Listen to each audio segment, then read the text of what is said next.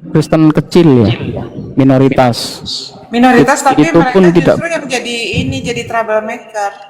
Rata-rata ortodok gitu loh ininya, kayak Kiamat Dulu betul, Gereja. dulu denomnya betul, Ustadz Menahem Ali kan dulu ya. betul. Ustadz Ali itu dulu pernah jadi imam itu. Waktu Iya. masih ortodok itu beliau memimpin imam, di belakangnya Bambang Nursena. Assalamualaikum. Waalaikumsalam. Salam. Waalaikumsalam warahmatullahi wabarakatuh. Salat.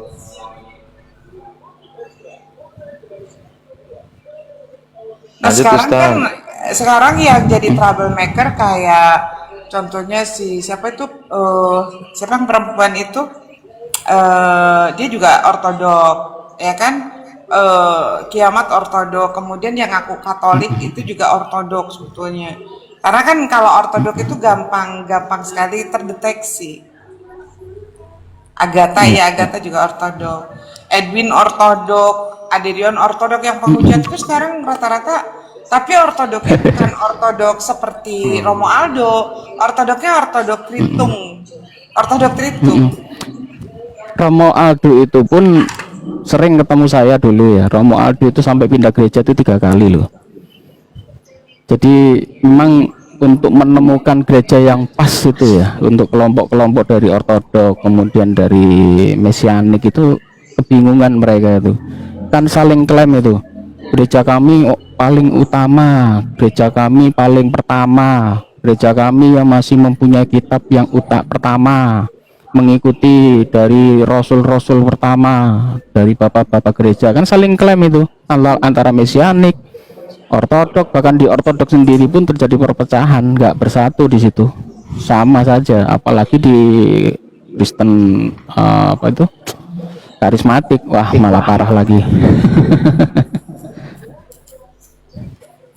Karismatik itu apa bapaknya Karen Tesa.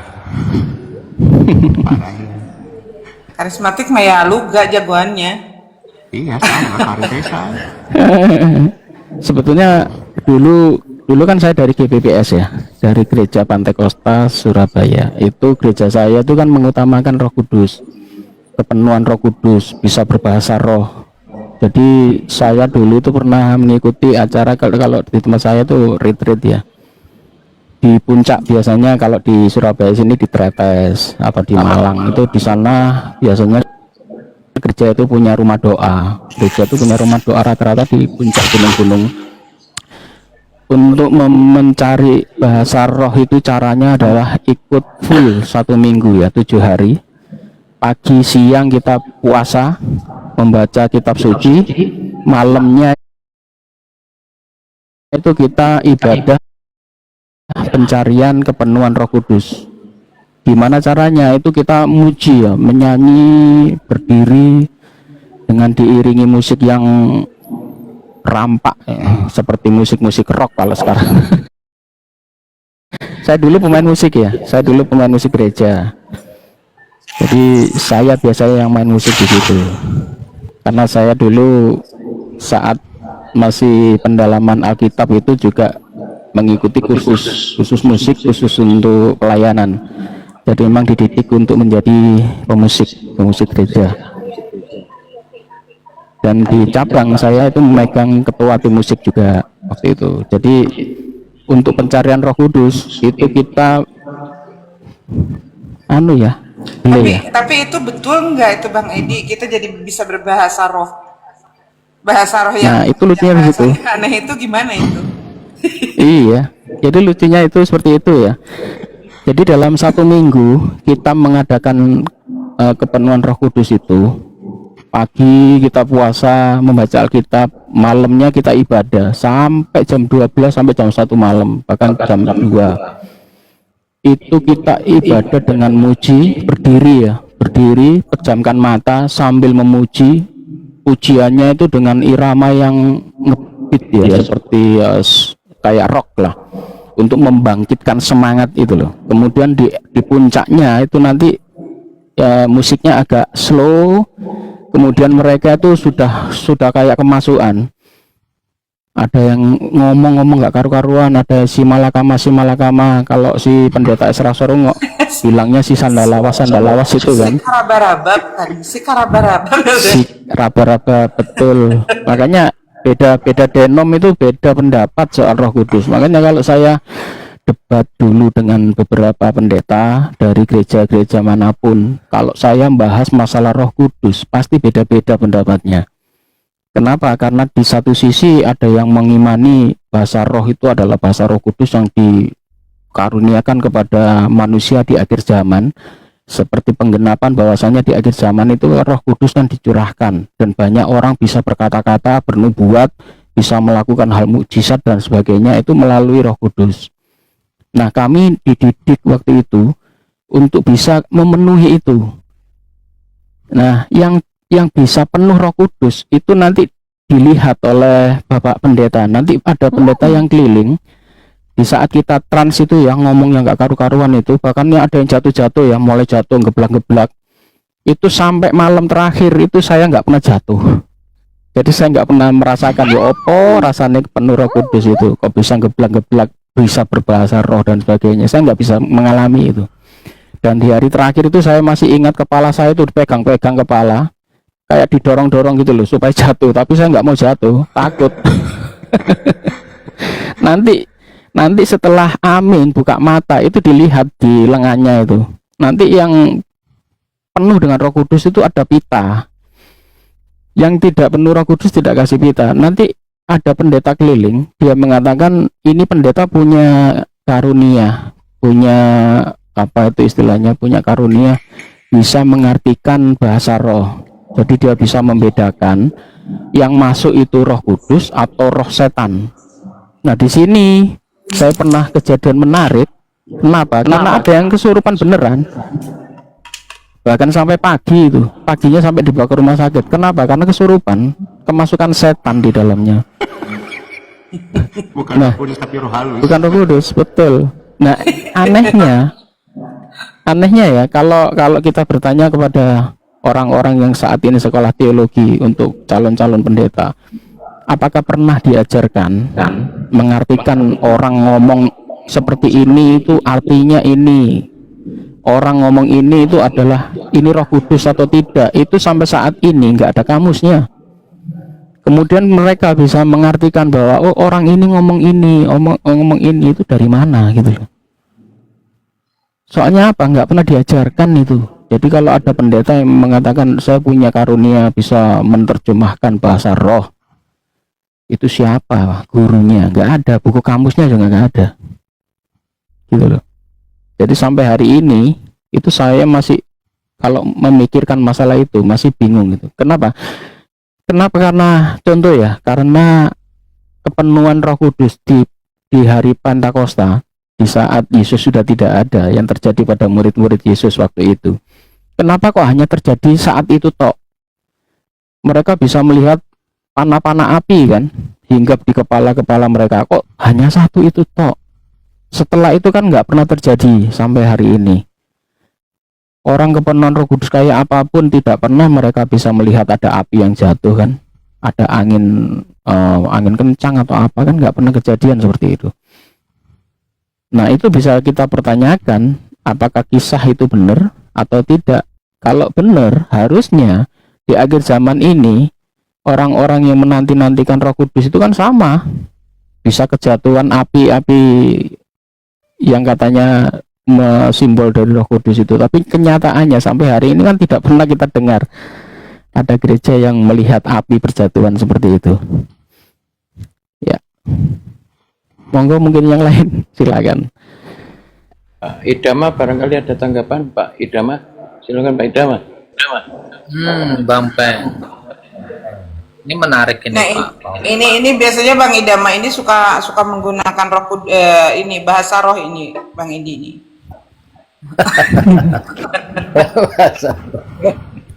Ayo. Iya. Suara saya masih menggema ya? Enggak.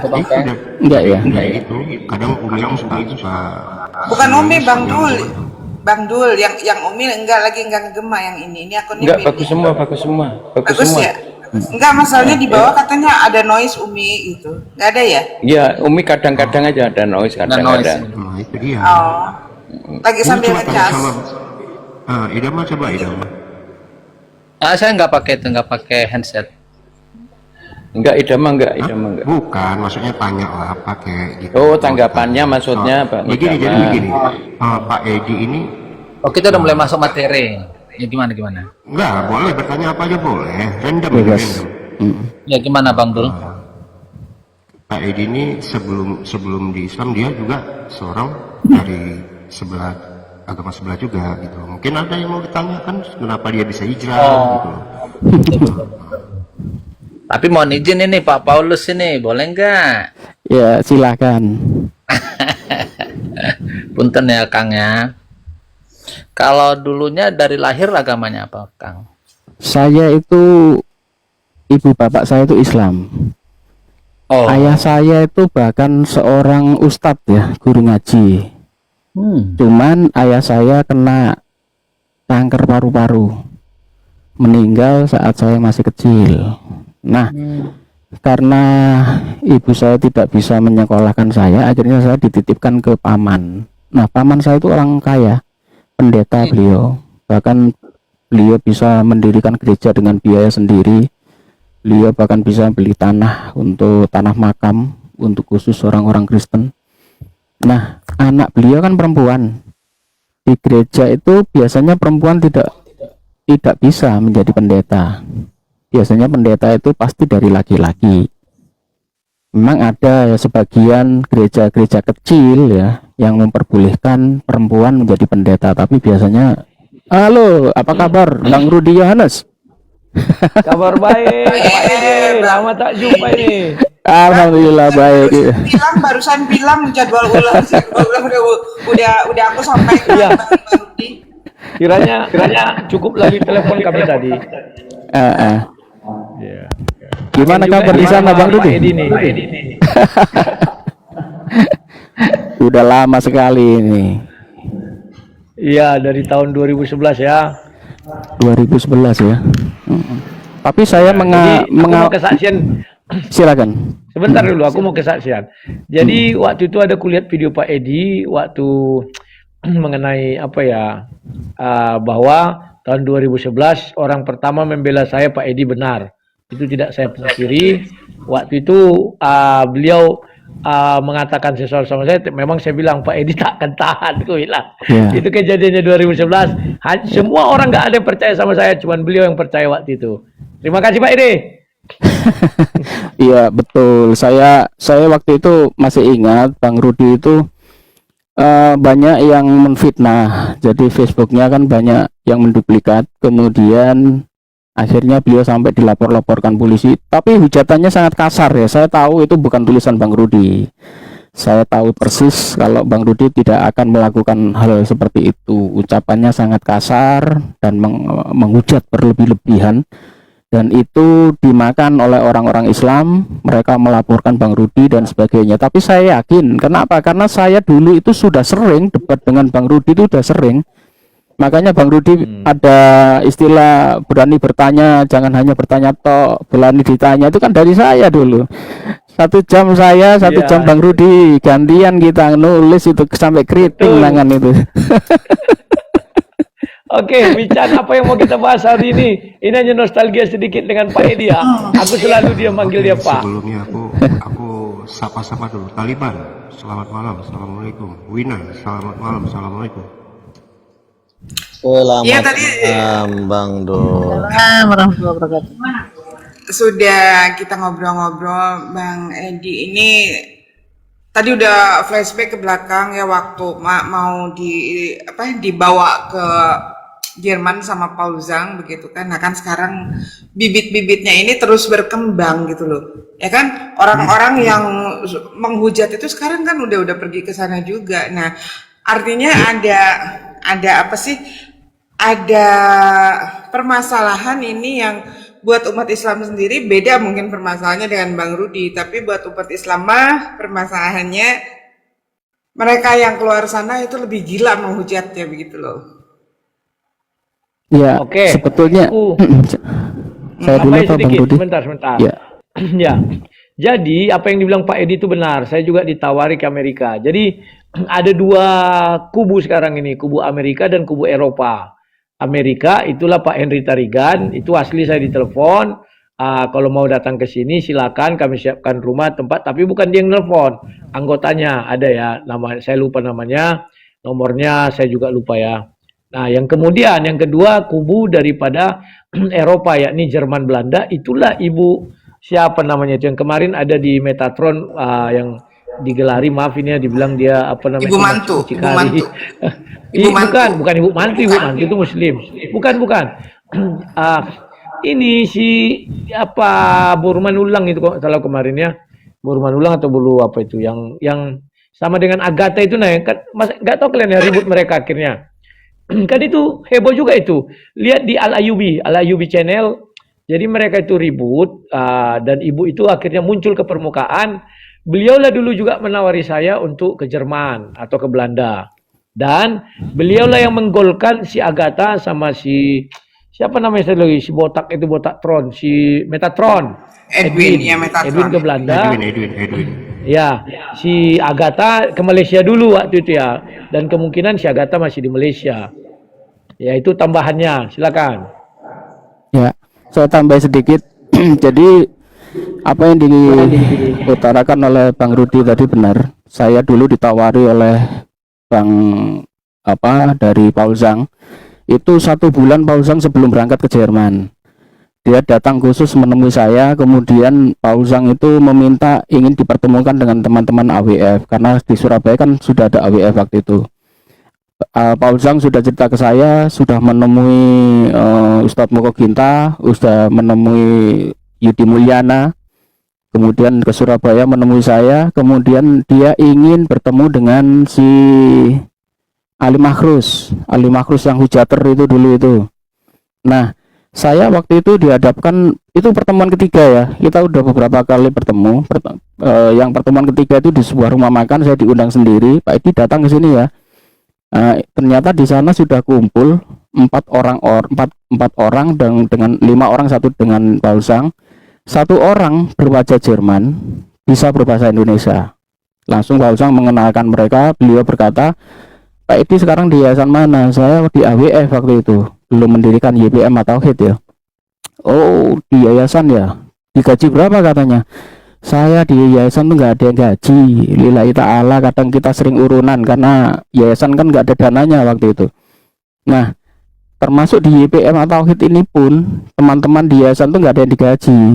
Semua lillahi ta'ala untuk dakwah. Untuk kalau ada pun sumbangan itu kita arahkan ke pembangunan masjid dan pondok ya. Kita punya pondok di Wonosalam, kita sudah beli tanah di sana sekitar 3 hektar. Masjidnya sudah jadi, tinggal pondok pesantrennya yang belum karena keuangannya masih seret. Kita gabungkan dengan Pak Dondi ya. Pak Dondi juga satu yayasan dengan kami. Nah, saya lanjutkan. Paul Zhang tanya, kamu kalau di yayasan seperti itu nggak dapat gaji ngapain di situ, nggak dapat duit katanya. Ikut saya saja. Istri anakmu kalau perlu diajak katanya. Terus di sana ngapain? Dia masuk Kristen lagi, tak baptis dulu kamu katanya. Wah, enggak salah. Meskipun saya akhirnya pulang disangoni, dikasih amplop waktu itu, tapi saya tidak mau. Ternyata yang kena jaring itu kan 2 orang waktu itu, yaitu Bapak Yudi Mulyana yang dari Depak gitu. Padahal Bapak Rudi Mulyana itu dulunya Kristen, masuk Islam, kemudian diterima bekerja di Depak. Kalau tidak salah itu humas Islam waktu itu. Kemudian yang kena yang nomor 2 adalah si Ali Makhrus. 2 orang itu dibaptis. Video baptisnya dikirim ke saya sama Paul Zhang. Nih, ternyata 2 orang ini udah kena. Ya, mereka rata-rata kan duit ya. Karena waktu itu Bapak Yudi Mulyana udah sakit, sering cuci darah. Bahkan yayasan kami pun sering membantu Bapak Yudi Mulyana soal keuangan. Kemudian Ali Makhrus, apalagi Ali Makhrus itu kita sudah sewakan rumah, kita kontrakkan selama 5 tahun. Bahkan Pak Ali Makhrus itu sudah kita kasih dana untuk membuka toko ya. Kenapa? Karena Pak Ali Makhrus kan sudah tidak bekerja. Dulu di zamannya dia masih pendeta, dia dapat duit, dapat sembako dari gereja. Setelah dia mualaf, tidak ada pemasukan, nggak bekerja, kita kasih dana. Nah, Tapi lama-lama kan kita nggak bisa menyokong dana tiap hari ya, tiap bulan dan sebagainya, karena yayasan kami juga yayasan kecil, keuangan juga nggak seberapa besar. Akhirnya kemasukan dari Pausang. Pausang ngasih ya iming-iming lah pasti. Akhirnya si Ali Makrus dilarikan ke Bali waktu itu. Kemungkinan dia akan diterbangkan karena waktu itu dari teman-teman yayasan ini sudah mencari. Setelah beredarnya video Ali Makrus dibaptis, itu teman-teman yayasan sudah pada mencari di mana ini keberadaan Ali Makrus. Kita cari di rumahnya udah nggak ada, sudah kosong. Ternyata dia sudah ke Bali. Kemungkinan dia itu sudah persiapan mau berangkat. Nah, ternyata di Bali sakit kan, akhirnya meninggal. Itu yang ada video melet itu. Gitu. Soal Edi ya, Edis itu Bang Rudi pasti tahu itu. Di zaman kita dulu Edis itu kan jadi mainan itu. Nggak jelas, denomnya juga nggak jelas, gerejanya nggak jelas, aliran dia apa juga nggak jelas. Kemana-mana masuk keluar masjid, bahkan dia sok-sok jadi Yahudi, rambutnya dipanjangkan. Itulah sebabnya kalau sekarang Edis itu punya paham mengaku bahwa Yesus punya Tuhan, karena dia memang pandangannya seperti itu, mengaku bahwa yang disalib itu karya iblis, kemudian mengaku bahwa Yesus itu bukan Tuhan. Memang pandangannya dia seperti itu, terpapar orang-orang Yahudi, terpapar orang-orang seperti model-model saksi Yehova. Jadi di hatinya itu tidak yakin Yesus itu Tuhan. Dari situ kita sudah melihat gitu loh, orang ini nggak yakin Yesus itu Tuhan. Dia pasti bertahan bahwa Yesus itu punya Tuhan, karena dulu dia sudah belajar soal Yahudi, kemudian dia juga belajar soal Islam, dia membaca Al-Quran dan sebagainya. Makanya sekarang dia paham itu hadis-hadis. Tapi hadis-hadis yang diambil ya zamannya kita itu, VV, Tuladi, FFI ya, Alisina itu kayak model-model seperti itu, Christian Prince, diulang-ulang, dan itu dianggap orang Kristen, wah ini hebat, ini bisa menelanjangi orang Islam. Ini gini ya, orang Islam itu tidak semua paham hadis. Kita terus terang saja, kalau bukan orang pondok pesantren, apalagi Islam-Islam yang biasa-biasa, kemudian ketemu dengan Edis, ditanyakan soal hadis-hadis semacam itu, saya yakin mereka juga nggak akan bisa jawab. Mereka pasti, wah ini hadis, pasti benar.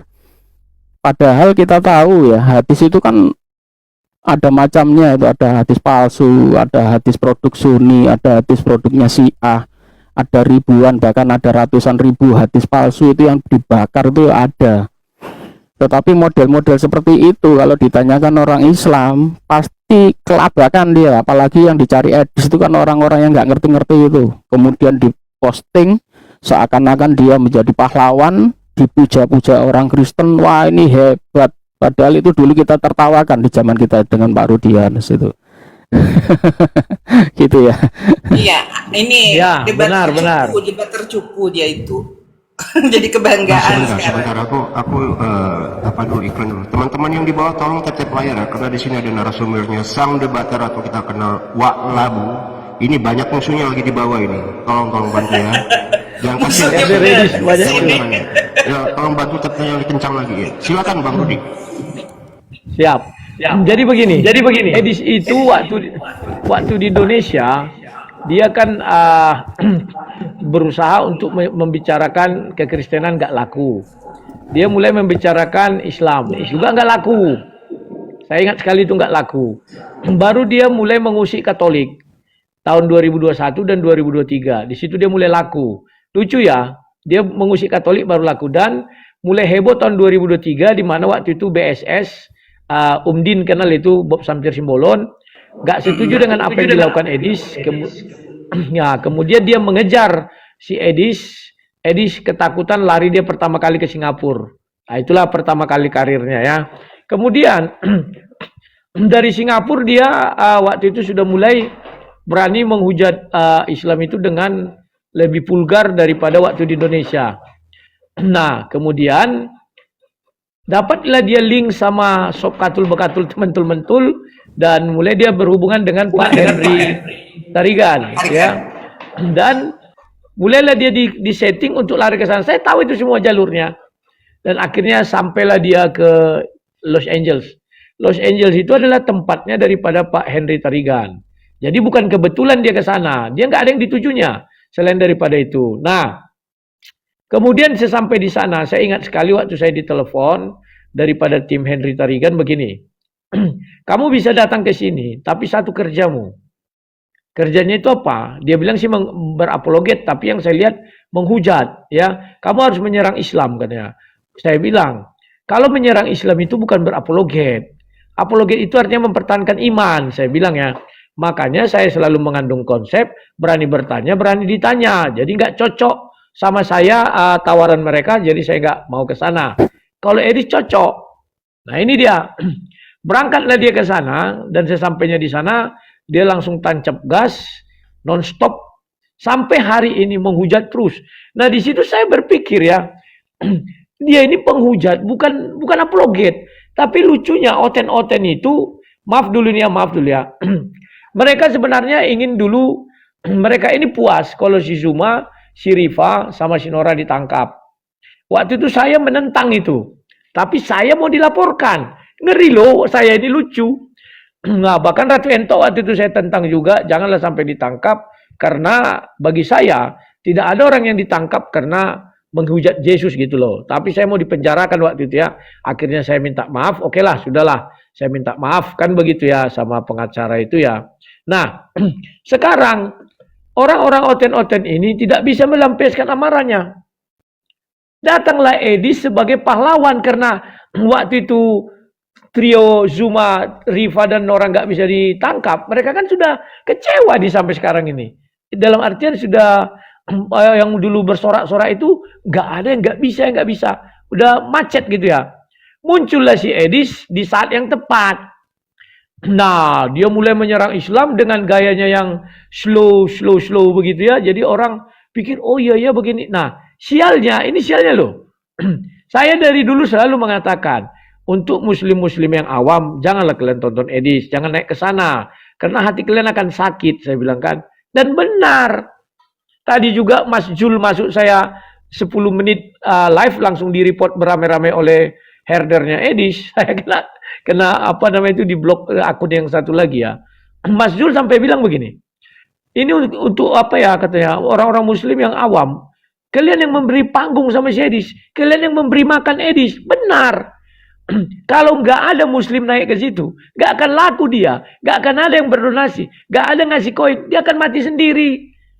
Permasalahannya kan kayak kata Mas Jul. Kalian yang membuat itu dia mengasih panggung, mengasih jalan untuk cari uang, mengasih jalan untuk dia dapat donasi sehingga dia bisa bertahan dan mulailah dia seperti apa ya merasa lebih pintar dari orang Islam sendiri.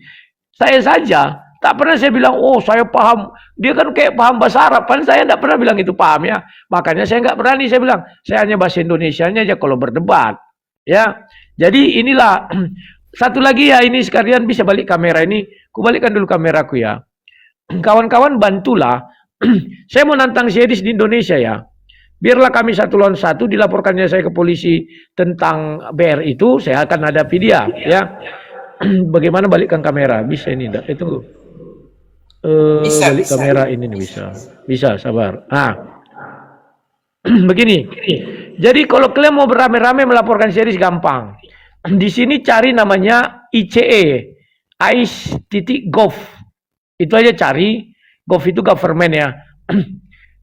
Ini ada USA Immigration and Customs Enforcement. Di sini ada namanya alamat emailnya Los Angeles ini ya. Kirim aja surat ke sini atau telepon ke sini ya. Call hubungi sini nih. Nampak nggak ya mana nih? Nah ini di atas sini ya. Nah, atau kalian ambil di sini. Setelah itu kirim ke Amerika itu. Pesannya sederhana aja, bahwa yang bernama Edi Sidamutar, dia menggunakan visa kerja, memungut donasi, ini Zile. Masukkan aja nomor ZLE-nya, ini kalau dia live kan ada ini kan, 7143 258601. Masukkan aja ini, bilang dia memungut donasi melalui ini, dan juga Bank BRI-nya masukkan. Ya. Mudah-mudahan dia bisa dideportasi karena memang ada yang sudah berhasil seperti itu. Saya dikasih tahu kawan untuk orang Filipina. Ada yang berhasil dimasukkan seperti itu ya. Jadi di Amerika itu tidak bisa seorang pekerja itu memungut donasi atau menggalang donasi. Gimana? Nah, nomor ZIL-nya itu aja dimasukkan, maka itu akan dilacak oleh pemerintah Amerika. Nah itu. Jadi saya berharap misalnya, tapi nanti ada dua jenis ya, dia dikirim ke negara lain atau dipulangkan ke Indonesia. Lanjut, silakan yang lain. Jadi ini yang di bawah ya, ini terutama nih yang nyerang-nyerang Bang Rudi Yohanes ya, kita ini orang-orang lama ya. Bang Rudi, Bang Edi Prayitno, Michan itu orang-orang lama dari mulai zamannya Facebook. Kita debat dari mulai goyang jempol. Jadi kita tahu banget si Edis itu kayak apa.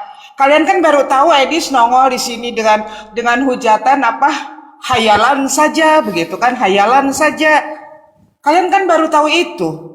Kalian tidak tahu bagaimana ya, mohon maaf ya, bagaimana Edis itu dia mengatakan Yesus bukan Tuhan. Dia kadang-kadang masuk di masjid pakai baju koko, kadang-kadang jadi Yahudi, rambutnya dikepang-kepang. Kalian nggak tahu bahwa Edis itu ya pernah kebanting balok sampai koma. Jangan-jangan ini ada yang salah gitu loh dengan saraf pusatnya. Dan kalian bangga. Yang kita tahu Edis itu adalah seorang yang, ya kalau Umi bilang kurang sesendok, menjadi kebanggaan kalian. Edis number one. Apa ilmunya dari Edis coba? Ya, pada saat dia mengatakan bahwa saya adalah ahlul Al-Quran, saya bisa menghafal Al-Quran, hatam Al-Quran dalam jangka waktu 8 bulan. Baru ditunjukin sama Ustadz Yusuf baca ini. Saya nggak perlu baca Al-Quran, tapi saya sudah jadi pakar Al-Quran. Coba bayangkan. Orang kayak begitu apa? Dibilang terbaik oleh kalian. Kalau kalian mengatakan Edis terbaik, bagaimana dengan kalian? Mohon maaf. Bagaimana dengan kalian kalau Edis saja kalian katakan terbaik? Si penghujat Edis atau yang tidak ada ilmunya ini, yang hanya bisa muter-muter, ya, yang hanya bisa jungkir balikan kitab orang kayak begitu, dibilang ini yang terbaik. Bagaimana dengan kalian? Dibilang Edis katanya banyak memurtadkan. Tunjukkan satu orang saja. Siapa yang dimurtadkan Edis? Tunjukkan. Katanya banyak memurtadkan. Tunjukkan satu orang saja kalau kalian bilang banyak. Silakan yang lain teman-teman. Satu lagi Umi Dini sebentar. Coba kalian perhatikan, pernah nggak Edis itu berdiskusi pakai moderator? Dia nggak akan berani. Kenapa nggak akan berani? Karena dia kan tidak pernah fokus pada satu permasalahan. Setiap ditanya tentang Bible, entah apa-apa jawabnya. Yang kedua pasti lari, kalau nggak ke hadis, lari ke Al-Quran. Dia memang menyetingnya seperti itu. Belum pernah saya lihat dia berdiskusi ada moderator. Biasanya kalau dibuat moderator lari dia. Itu sudah saya lihat, baik di tempat bom-bom orang Kristen maupun di tempat kawan-kawan Muslim. Pasti lari. Ini keunikan dia itu. Jadi kata Umi Dini pernah kena ketimpa balok. Saya yakin itu. 2 kali dia kuliah, 2 kali di DO. Makanya dia tidak tahu malu ketika dia bilang gini kepada halayak ramai. Pra-peradilan itu kan surat menyurat kepada hakim katanya. Ya kita menyuriti hakim, kenapa dia ditangkap? Ketawa kami. Dia nggak ngerti bahwa pra-peradilan itu yang kita pra-peradilkan, kita lawan itu polisi. Ini masa surat menyurat kepada hakim? Tapi memang dia muka tembok, makanya dia pakai kacamata untuk melegalkan muka temboknya. Iya, menutupi. Kalau dibuka matanya itu, pasti kelihatan kali dia, ya kacau lah gitu ya. Nah, jadi itulah yang saya memang salut sama dia itu. Sudah on PD, itu aja yang saya salut. Terima kasih. Iya. Jadi kita tunggu aja, Mas Rudi itu katanya mau bangun rumah apologet di Amerika ya. Kenapa? Karena tidak sembarangan lah orang bisa, warga negara asing bisa membeli properti di Amerika ya. Sedangkan di Indonesia sendiri, kalau ada orang asing tiba-tiba masuk ke sini, tiba-tiba beli rumah pakai nama dia, pasti itu nggak bisa. Kecuali si Edis itu nanti diperalat oleh orang-orang yang sudah tinggal di Amerika sana, dipakai untuk cari dana, dipakai untuk bangun rumah. Setelah jadi kan pakai nama mereka itu yang warga negara Amerika.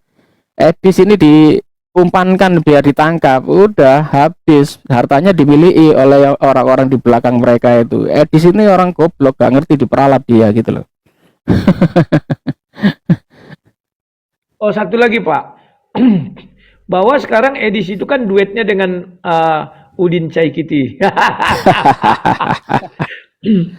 Saya heran lihat Udin Caikiti ini gayanya sok flamboyan, rupanya dia penzina juga itu ya. Ada foto-fotonya itu saya dapat cerita itu memang sangat mengejutkan lah ya mengenai Udin Caikiti ini. Dan yang saya dapat dari Los Angeles itu kemana-mana mereka ini sekarang berdua sama. Jadi mereka itu menyewa sebuah tempat daerah kumuh ya. Kalau tempat yang bagus kan tidak sanggup bayar. Nah, berdua orang itu sekamar. Ini lucu juga lihat ini. Nah, Pak Udin Caikiti itu menjadi jongosnya Sedis. Karena dia nggak bisa bekerja lagi, sudah tua. Nah, ini permasalahannya, skill nggak ada. Yang bisa dia mengompor-ngompori di dunia maya. Sekarang orang dunia maya tidak mau mendengar Udin Caikiti. Karena tidak menggreget lagi kan. Dia di YouTube nggak laku, di TikTok juga nggak laku, nebeng ke si bom-bom nggak laku, nebeng ke sana kemarin nggak laku. Nah, paling dia dapat 1.500 kadang ya koinnya. Itu berapa dolar sih? Paling $7. Sementara hidup di Amerika $7 itu hanya sekali makan. Nah, jadi Pak Udin Caikiti ini mati-matian membela Edis. Dia merelakan diri jadi herdernya Sedis. Coba tonton videonya sampai ada fatwa Imam Besar Murtadin. Dapat apa itu? Kan sudah gini semua orang tuh di sana. Aduh. Saya penasaran dengan Bang Rudi. Saya penasaran dengan Bang Rudi Yohanes ini ya. Ini Bang Rudi Yohanes sudah ikut-ikutan dengan kita, panggil Oten-Oten itu. Padahal kan sesama Kristen ini, kok apa bedanya Oten dengan Pak Rudi ini ya? Ini sekarang pastor Sarah juga panggil Oten-Oten juga. Lagi rame dengan Agatha kan ya? Itu bahasa yang diciptakan oleh Julius. Kalau saya kan dulu menciptakannya Uclim, kalau dia Oten. Jadi nggak apa-apa. Uclim sama Umdin ya. Umdin. Umdin kan Umidini. Jadi nggak masalah bagi saya, itu bagus sebagai apa kata gantilah daripada kita bilang Kristen terlalu nggak enak, Islam terlalu nggak enak kan. Jadi biarlah para pendebat itu digelari Oten dan Uclim. Lanjut. Padahal dulu kita anggap Oten-Oten itu kan panggilan menghina. Tapi sekarang dipakai juga oleh Bang Rudi, panggil ke teman-temannya sendiri juga Oten-Oten. Makanya saya doakan Bang Rudi syahadat aja lah sebentar lagi. Bang Rudi, itu aku sempat lihat di siapa tuh, di si Domba Suci kalau nggak salah. Itu tentang orang lansia tuh yang kebobolan itu. Gimana itu ceritanya? Iya. Jadi satu lagi ya mau kutambahi gini. Saya difitnah si mata jengkol ya, si mata pisau. Umdin, dimatikan mute-nya. Umdin. Nah, saya difitnah si mata jengkol, si mata pisau, si mata setan. Saya katanya dulu pernah mualaf. Itu keliru. Kalau dibilang hampir, iya. Waktu itu saya kan lulusan Universitas Ahmad Dahlan. Lulusan pertama teknik informatika ya. Jadi kami dulu fakultas teknik. Jadi gelar saya ST. Tapi kalau saya dibilang mualaf belum pernah. Ya, dan kami berteman dengan Pak Edi udah lama. Beliau sering bercanda gitu. Ya udah tinggal ngucap 2 kalimat aja Pak Rudi katanya kan. Bang Rudi katanya. Santailah Pak, aku bilang, lihat apalah, tunggulah. Kalau betul Tuhan Bapak itu ada, ya saya kan membolak-bolakin hati, saya bilang. Itu jawaban diplomatisnya. Silakan yang lain. Ya, kita aminkan aja bareng-bareng ya. Ada penonton 1000, kalau aminnya bareng Bang Rudi pasti syahadat nanti ini. Itu gimana? Itu yang lansia kebobolan itu Bang Rudi.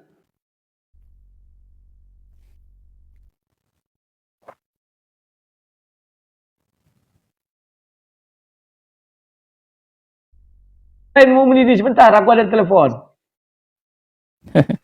Yang di bawah mungkin mau Bang Dul mau bicara, silakan. Bang Dul hosting dulu ya. Ini aku kenapa nggak tahu ini jadi noise ya? Benerin dulu headsetnya itu biasanya. Perangkat enggak? Ini ada WhatsApp ini, salah satu penista sang debater adalah si WhatsApp ini. WhatsApp coba open mic lah. Ini bisa turunkan nggak Bang Dul ini? Bukan lah itu Bang Dul, gimana sih Bang Dul? Oh bukan ya? Bukan lah. Bang Dul tadi Bang Idama tuh katanya sudah bicara yang menarik, sangat menarik ini. Suruh lanjut tuh. Ya, Bang Idama, silakan ditanggapi Bang Idama. Baik. Nggak mengganggu komunikasi dengan Bang Runya tadi, Bang Edinya? Tidak. Bang Rudinya lagi enggak di tempat ya, lagi ada telepon yang lainnya sama yang lain. Lanjut aja Bang Idama. Bang Idama, tanggapannya aja. Baik, kita isi ya ruang kosong ini. Pak Edi, tadi saya ada satu lagi saya tanggap sedikit. Dari sejak lahir sudah dari kecil lah ya, sudah memang orang Muslim. Cuman ya cukup prihatin ya, waktu kecil juga ayah sudah dipanggil. Ya meninggal ya Bang Budi ya. Dan Ustadz lagi katanya. Enggak. Oh, anak ayah saya ya, Ustadz. Iya, ayahnya Bapak. Saya hanya menanggapi apa informasi yang Bapak sampaikan tadi. Lalu akhirnya diasuh sama paman, orang yang kaya, seorang pendeta. Berarti ibunya Bapak dulu orang Kristen? Bukan. Paman saya itu Kristen ikut istrinya. Jadi Siapa? keluarga besar kami itu Islam semua, hanya paman itu ikut istrinya masuk Kristen. Langsung pendeta, jadi pendeta. Di gereja model-model gereja cabang dan sebagainya itu istilahnya bukan langsung pendeta ya, apa gembala sidang. Apalagi paman saya tuh gerejanya bangun dengan uang sendiri. Kemudian beliau juga mengikuti, kalau dulu masih kursus Alkitab. Kemudian bisa diangkat menjadi kepala gembala, tapi cabang ya, bukan pusat. Karena itu di cabangnya ya, di PPS cabang. Lalu dibesarkan di rumah beliau, Bang Edinya, waktu kecil? Saya langsung ikut Kristen karena kan waktu itu masih kecil ya, kelas 1 SD mungkin. Langsung paman saya mengajak saya ke gereja, dan perlahan-lahan saya juga kuat iman saya. Bahkan setamat SMA saya dimasukkan kursus yang nanti digadang-gadang lah saya nanti bisa meneruskan beliau menjadi gembala sidang di gereja beliau. Itulah sebabnya saya dimasukkan tim musik, aktif di kegiatan remaja dan sebagainya. Tujuannya hanya untuk meneruskan cita-cita beliau gitu loh. Tetapi dalam perjalanannya saya bertemu dengan seseorang. Seseorang ini orang Islam, ingin saya murtadkan. Kenapa? Karena di gereja kami dulu itu wajib satu orang membawa satu jiwa. Apalagi orang-orang yang mengikuti kursus Alkitab, calon-calon pendeta lah. Kemudian di gereja kami dulu itu ada etalase ya, kemudian di situ dipasang hadiah-hadiah. Jadi kalau satu orang dapat hadiah apa, 2 orang dapat hadiah apa, sampai hadiah tertinggi itu dapat sepeda motor. Itu dipajang di etalase, ada kacanya. Jadi kalau ada jemaat mau ibadah itu pasti melewati etalase itu, dan di situ ditunjukkan kalau Anda membawa sekian orang, bahkan orang itu sampai dibaptis dengan syarat KTP-nya itu KTP non Kristen ya, dibaptis dia bisa mendapatkan hadiah. Nah, saya waktu itu ingin mengajak teman saya itu untuk masuk Kristen. Akhirnya terjadi dialog. Saya hampir tiap hari dialog dengan teman saya itu, dan ternyata orang ini adalah dari pondok pesantren dan pinter agamanya. Dia sabar ya menghadapi saya, tidak pernah hujat, tidak pernah olok-olok. Jadi dia hanya mengajarkan kepada saya, kalau kamu nggak ngerti Al-Quran, tolong baca dulu. Kalau kamu nggak ngerti hadis, tolong baca dulu. Akhirnya saya tergerak, akhirnya saya beli buku-buku itu. Saya baca di malam hari, bahkan tujuan apa? Tujuannya hanya untuk mencari kelemahan Al-Quran itu, untuk mengajak teman saya ini supaya masuk ke Kristen kepada saya waktu itu. Tetapi dalam perjalanan waktu itu tidak singkat ya, dialog itu hampir 1 tahun kami adakan, dan ternyata puncaknya saya yang kalah. Di hari Jumat saya bersyahadat di depan dia, Saya minta dia mengantar saya sholat Jumat. Nah, setelah saya mualaf, terjadi huru-hara di rumah. Marah paman, saya diusir dan sebagainya. Bahkan buku-buku pelajaran saya waktu itu dibakar habis.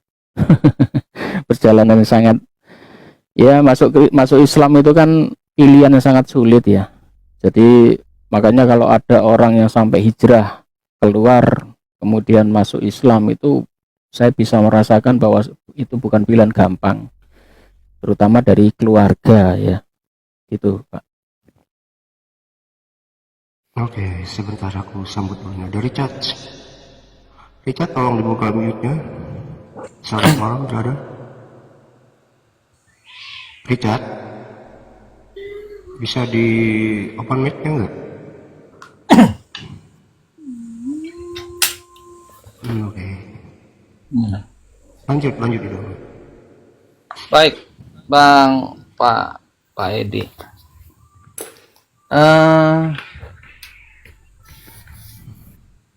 Selama jadi orang, kita bilang orang ikut paman lah ya. Mohon izin, bisa tahu nggak nama gerejanya? GPPS, Apa itu? Gereja Pantai Kosta Pusat Surabaya. Termasuk gerejanya Paul Zhang itu. Paul Zhang itu juga dari GPPS. Kemudian si siapa itu? Aduh. Oh, siapa ya yang ngentuti Alkitab kemarin itu? Si apa namanya? Agustan itu juga dari GPPS. Ya, Mas Agustan itu juga termasuk dari yayasan kami dulu, dari Yayasan At-Tauhid. Oke, Bang Edi, ada Pak Rudi itu dilanjut aja saya. Oke, Ya. saya sambut dulu nih, ada Efraim. Efraim, selamat malam. Waalaikumsalam. Selamat malam. Assalamualaikum. Waalaikumsalam. Waalaikumsalam. Ada yang mau disampaikan Bang Efraim? Iya, saya mau nanya ke Pak Edi ya. Itu pas waktu mau memutuskan mu'alaf, ya kan? Ayat apa yang menggetarkan hati Pak Edi di dalam Al-Quran, dan ayat apa yang menggoyahkan iman Pak Edi di dalam Bible itu Pak Edi, sehingga putusan keluar dari Kristen dan masuk ke dalam Islam gitu. Ya. Saya pertama kali buka Al-Quran itu kan di depan sendiri Al-Ikhlas ya.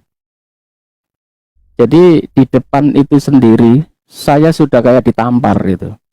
Loh, ini ayat seperti itu. Kemudian yang kedua yang membuat saya lebih goncang lagi adalah saat membaca bukunya dari Kiai Mudori yang dari Madura itu, yang berdialog dengan pendeta Widuri itu ya. Itu kan ada bukunya itu, dialog dengan Kiai Mudori dari Sumeneb itu. Dan saya setelah membaca buku-buku itu merasa iya benar apa yang diucapkan oleh sang Kiai itu ternyata ada di kitab suci kami. Begitu, Pak. Oke, Bang Efraim sudah bisa diterima Bang Efraim? Apa masih ada mau ditanyakan lagi? Kalau tidak ada yang bertanya, kita Ya, berarti pada teman yang di bawah. Oh ya, silakan. ya satu lagi, berarti memang murni dari Al-Quran ya, dari pemahaman Islam ya, bukan menemukan kekeliruan di dalam pemahaman Kristen, bukan ya?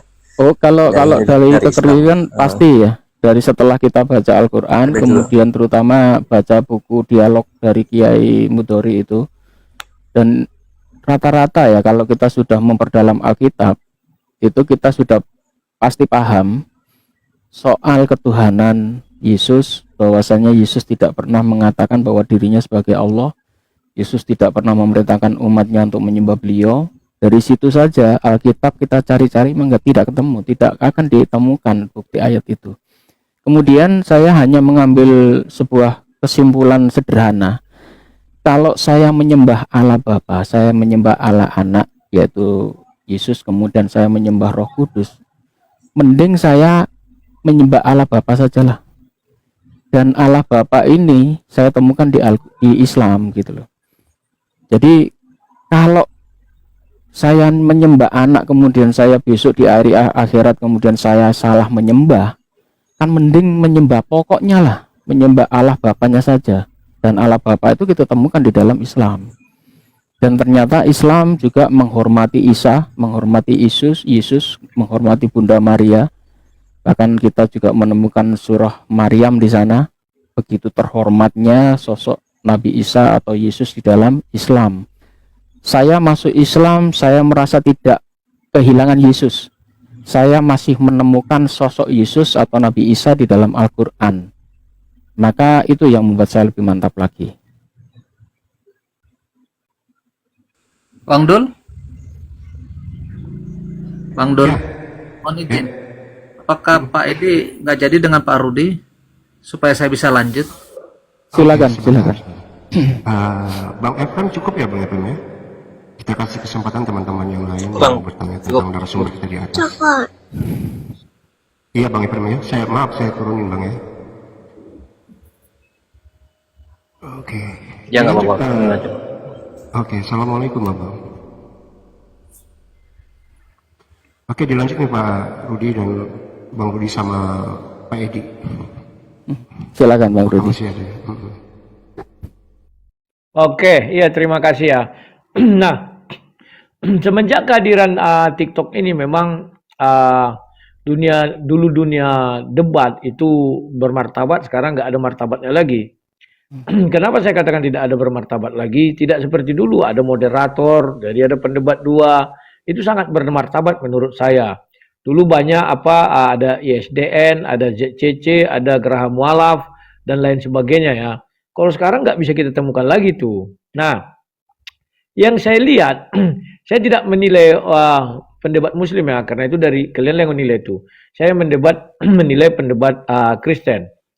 Yang saya lihat sekarang ini adalah kelompok Indonesia boleh dikatakan hampir mati. Ya. Contoh sekarang yang di luar negeri itu Edi, Sopkatul Begatul, Agatha, si Botak Tron, si Mata Hantu, dan lain sebagainya. Sementara yang di dalam negeri yang belum sempat kabur, yang kasihan aku ya si Ella Miron waktu itu berusaha tapi gagal. Baru si siapa namanya itu Ki Ahmad. Itu yang masih eksis ya. Kalau Mikana itu sudah mulai kulihat berkurang karena dia pun sudah dimusuhi oleh oten-oten lain hanya gara-gara prinsip dia oneness itu ya. Dan bom ya itu sebenarnya bukan pendebat murni, tapi dia kadang-kadang aja nakal mau berdebat. Jadi pendebat itu yang di Indonesia ini tidak ada lagi sepertinya. Nah, kalau saya sih sebenarnya sudah mau pensiun ya. Yang dilakukan oleh kawan-kawan dari luar, kalau dibilang saya seiman dengan Syedis, saya nggak setuju ya. Tolong dicatat ini ya. Kalau ada yang bilang, wah kau menyerang saudara seimanmu, tidak, saya tidak seiman dengan Edis. Kenapa tidak seiman? Edis itu tidak percaya Yesus Tuhan, sementara saya percaya Yesus Tuhan, jadi kan tidak seiman. Yang saya serang itu bukan saudara seiman saya ya. Tolong ini kalau ada di situ herder Edis, nah ini kan sudah ada nih. Kalian jangan bilang saya menyerang saudara seiman saya, enggak ya. Di situ kan seiman saya. Nah, yang saya lihat sekarang ini kalau dulu kan yang di puncak itu Elia Miron sama Mikana. Sama Joseph RK. Oh, masih ada ya. Joseph RK ada lah kira-kira 6 orang, 7 orang lagi di Indonesia. Tapi yang ini semua ini kan sudah mulai padam ini. Digantikan oleh orang-orang yang di luar negeri. Kenapa? Orang-orang yang di Indonesia mereka berusaha nakal aja. Saya bilang berusaha nakal. Tidak nakal. Berusaha nakal tujuannya apa? Biar tidak dilindas oleh orang-orang yang di luar negeri. Sementara yang di luar negeri kan nakal. Orang Indonesia, kalau yang di Indonesia, kalau dia nggak nakal, nggak laku. Paham ya maksud saya? Jadi mereka ini berusaha mencari celah untuk nakal, tapi sampai hari ini saya lihat belum ada yang berani, yang bisa. Tapi kalau yang di luar negeri, itu memang dibantainya. Sehingga yang di dalam negeri ini kan surut semua. Siapa lagi yang mengenal Elia Miron? Tidak ada lagi. RK memang masih dikenal, tapi maksudku tidak semua bombastis waktu itu. Dulu waktu di luar negeri kan, inilah banyak orang nggak tahu ya. Sofiatul itu bukan dari dulu di luar negeri, itu keliru. Waktu dia nginjak Al-Quran itu karena dia sudah berada di luar negeri. Sebelumnya enggak ya. Banyak data-data ini yang sudah ku peroleh dan sudah ku olah. Nah, orang-orang ini sekarang sudah di luar negeri. Cuman mereka lucunya membunuh pendebat Kristen yang ada di Indonesia. Mereka mau bunuh ini. Aduh, TikTok kena ya. Caranya gimana? Ya mereka mempertontonkan sesuatu yang tidak mungkin dilakukan orang di Indonesia. Ini Kena apa, celakanya. Kena peringatan ya? Maksudnya apa? Belum, karena ada aku bilang memperoleh tadi. Tolong tap layar ya, dikencang ya tap layarnya ya. Tolong ya. Ya. Enggak bantu ya. Jadi yang kulihat itu, inilah diambil mereka kesempatan. Kenapa kayak Edis mau membangun rumah apologet? Waktu itu hanya saya sentuh begini. Kau sudah 1 tahun mengumpulkan donasi untuk rumah apologet. Kenapa 1 bata pun nggak ada? Kan begitu ya. Mereka langsung kebakaran jenggot semua itu. Tim-tim dari Amerika. Dan menular kepada tim-tim yang di Eropa. Kenapa itu menular? Karena kalau sampai saya bongkar ini, donatur-donatur di Indonesia itu akan kapok memberi mereka donasi yang pertama. Dan akan mengalihkan ke pendebat-pendebat di Indonesia. Sementara kalau pendebat di Indonesia diberi makan, pendebat di luar negeri kan akan mati. Mau makan pakai apa sih? Jadi belum bekerja. Pisahnya pisah, kata dia sih pisah kerja, tapi saya nggak percaya. Kenapa saya tidak percaya? Kalau dia punya pisah kerja, lebih baik dia bekerja daripada menghujat terus. Ternyata setelah kita lihat, dia bilang, itu sudah saya prediksi ya. Dia sudah mengambil uang itu 5 kali 700 juta kali 5, 3,5 M. Ditambah kata dia uang rekening dia, jadi semuanya 4 M. Dia berbohong itu. Kenapa berani saya katakan berbohong? Dia sendiri mengungkapkan. Pertama dia bilang, kita akan membeli rumah 8 M. Kemudian dia bilang, bahwa dana yang terkumpul 70%. 8 kali 7 kan 56. Tapi tiba-tiba dia mengumumkan 4 M, itu pun sudah ikut uang dia. Artinya, 2,1 M ditilep dia. Kenapa ditilep dia? Begini. Setelah nanti dia bulan Desember janjinya kan akan jadi rumah itu dia beli, kalau enggak dia akan lompat dari Monas. Kalau dia enggak sanggup beli, dia akan pakai taktik dan strategi. Strateginya apa? Disewanya rumah, biarlah untuk setahun dia habis 35.000 US dollar, disewanya rumah. Dibilangnya nanti apa? Ini dia, kita sudah mendirikan rumah apologet. Kayak laporannya selama ini kan gitu kan. Yang disutingnya rumah-rumah orang. Seolah-olah kita bilang, oh ini rumah itu nggak ada ya. Nah, itu yang pertama dilakukan. Yang kedua, dia meminjam rumah orang Indonesia yang lagi kosong di sana. Katakanlah lagi pulang ke Indonesia, makanya diambil dia tanggalnya Desember, Natal. Paham ya? Jadi dia bisa bilang, wah inilah rumah apologet, segala macam. Baru yang ketiga benar dibeli dia. Tapi yang dengan harga termurah. Biar bisa tertutupi. Dengar kata-kata saya. Setelah ini dibeli dia akan berpikir mau buat proyek apa lagi. Ini kan proyek. Kalau dia tidak buat proyek itu, dia tidak akan bisa makan. Pegang cakap saya. Dan saya sudah dapat info dari Amerika itu, bahwa mereka ini, kalau mau biar bisa memperpanjang visanya, harus punya uang 100 jaminan, atau bayar apa lagi, 100.000 US dollar. Makanya di korupsinya 200.000 US dollar, ya itulah untuk dia nanti membayarin tiap tahun ini. Itulah yang mau saya sampaikan. Silakan yang lain. Oke, ini ada Bang David Batman. Selamat malam. David Batman. Iya, malam. Ya, ada mau disampaikan apa? Apa ya mau disampaikan? Sebenarnya Ini ya, ada sang debater. Silakan. ya tanya aja sama sang debater. Saya biasa di tempatnya sang debater kok juga. Oke. Dilanjut Pak Edi. Lanjut teman-teman Islam aja dulu. Oke, siap. Ya, Ya, saya malam David. menanggapi Bang Rudi ya. Benar ya apa yang dikatakan Bang Rudi. Jadi dulu kita zamannya COVID itu saya dengan rekan-rekan kan mendirikan yayasan atau HIT atau yang di live-nya itu sering dinamakan Geraha Mu'alaf. Itu pertama kali kita membuat dialog itu enak. Ada moderator, 1 lawan 1, ada timer dan sebagainya, jadi tidak rebutan. Makanya saya males masuk TikTok itu kenapa? Karena begitu saya masuk ke room Kristen, yang ada itu hanya tawuran, keras-kerasan suara, kemudian nggak teratur ya, saling rebutan ngomong, jadi malah pusing gitu loh. Apa yang kita sampaikan gitu loh, nggak teratur sekali. Makanya orang di TikTok itu kalau mau hujat, makanya Bang Rudi tadi bilang cepet populer. Karena apa? Karena di TikTok itu kan orang sekilas-sekilas. Kalau hanya mendengarkan orang ceramah khotbah itu males gitu loh. Yang disenengi itu apa? Yang ada masalah geger, rame-rame, selingkuh, kemudian apa lagi? Soalnya kan hanya itu yang rame gitu loh. Makanya kalau Bang Rudi di channelnya bahas orang selingkuh, wah view-nya meledak gitu. Apalagi yang selingkuh orang-orang dari kalangan debater, dari kalangan apologet, ya.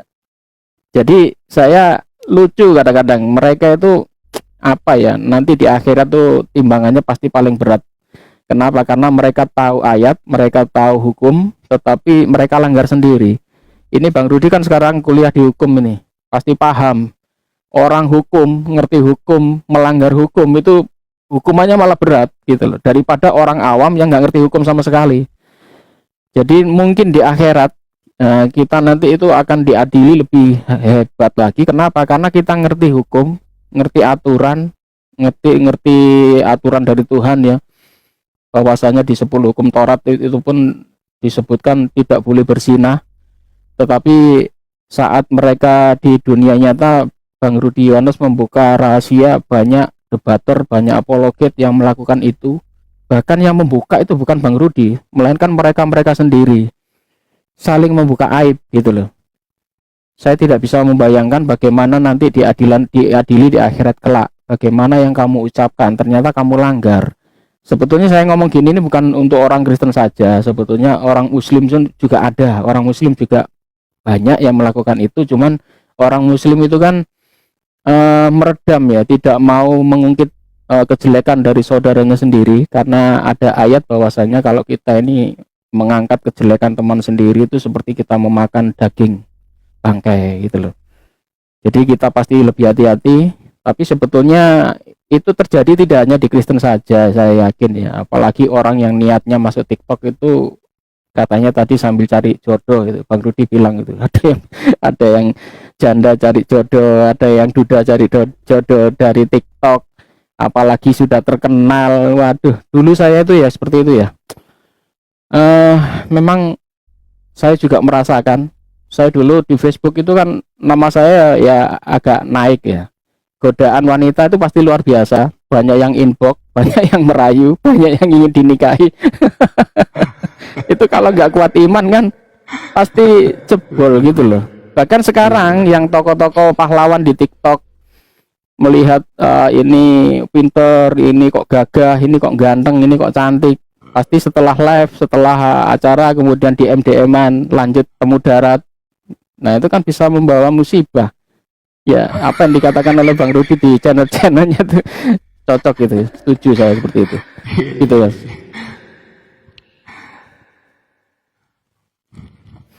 Oke, ini ada di bawah, ini ada typing.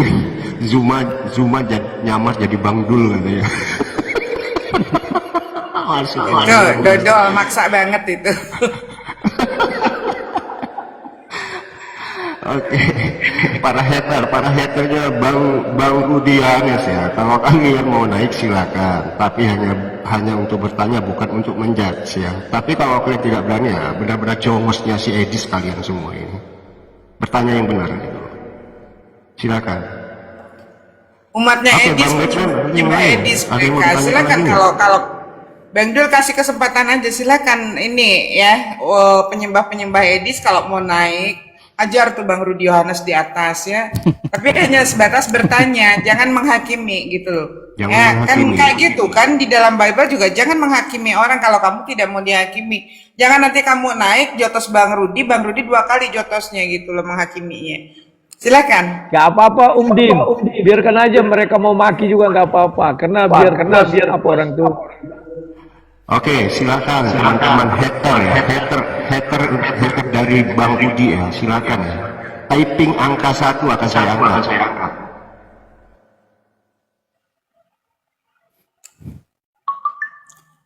Kalau aku, karena aku orang lama, kalian teriak-teriak apapun ya tidak terpengaruh sama sekali, karena saya tahu gimana si Edis, ya kan? Makanya kadang-kadang ada orang yang Mican jangan banyak omong hadapin Edis. Oh jatuh dong nilai kita ya kalau menghadapi Edis. Jatuhlah. typing angka 1 ya, bikin permintaan. Tapi jangan menjudge ya. Cuma cukup bertanya kenapa Bang Edis bisa seperti ini gitu. Ini bagusnya Bang Edu bisa seperti ini. kita panggil Edis juga, Bang Edis juga. Tadi Oh, ada, Pak, suruh tadi masuk. ada. Bikin Tadi ada di bawah bikin typing. permintaan. Selain typing 1, bikin permintaan. Yuk, yang bernama Edis silakan bikin permintaan. Edis asli ya. Ya kalau dia mau naik suruh aja, sini bisa biar saya yang turun aja. Enggak gampang, nanti saya juga bisa turun. Ini saya ya. Saya mau tanya sedikit mungkin Bang Budi boleh ya? Ya, saya WhatsApp. Umi, di mute Umi. Dubbing. Oh ya, Ya. Iya Bang. Jadi begini kesan gini ya. Mungkin ada saya mungkin sebut saja saya ketinggalan, saya nggak begitu ngikutin berita ini. Ya pikuknya ini saya nggak ngerti.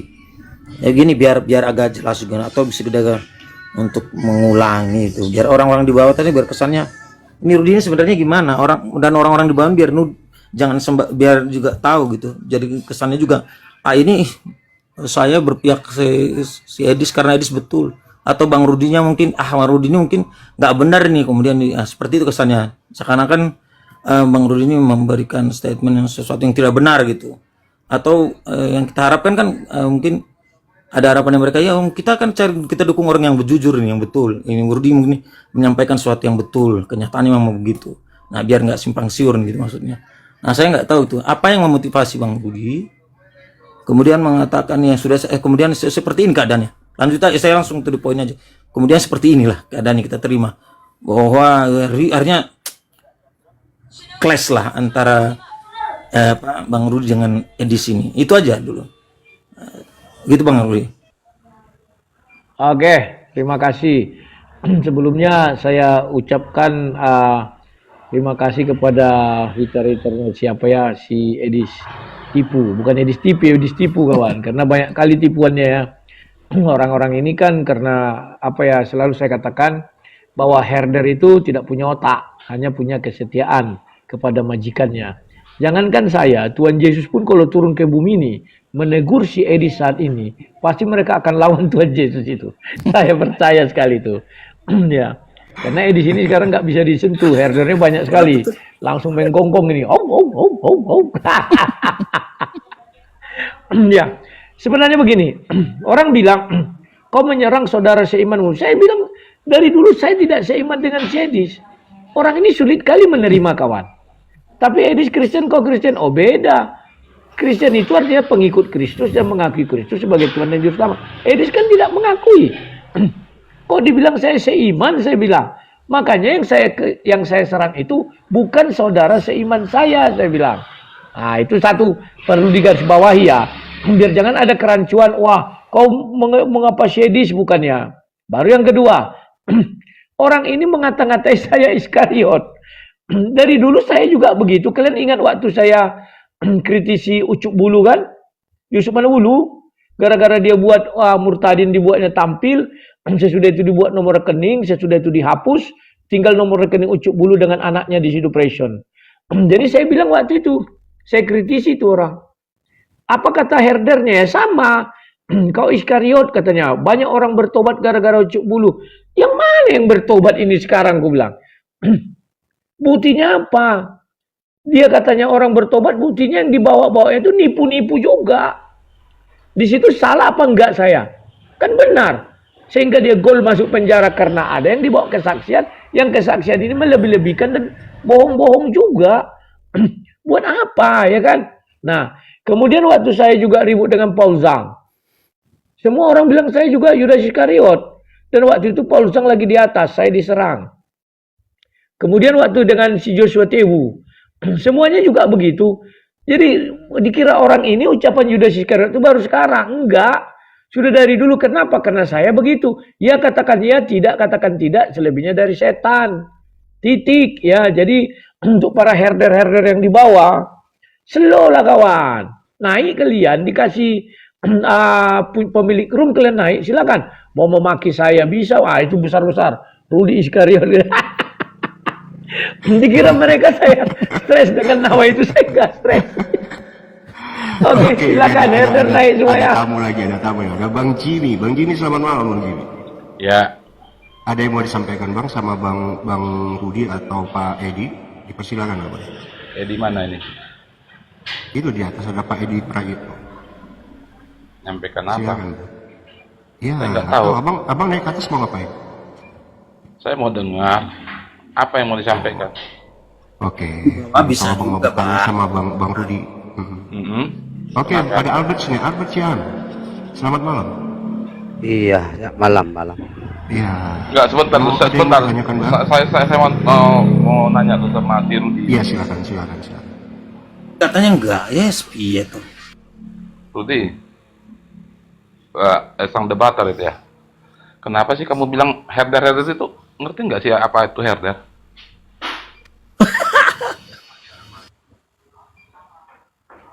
Cari aja kan, di googling aja apa arti herder ya.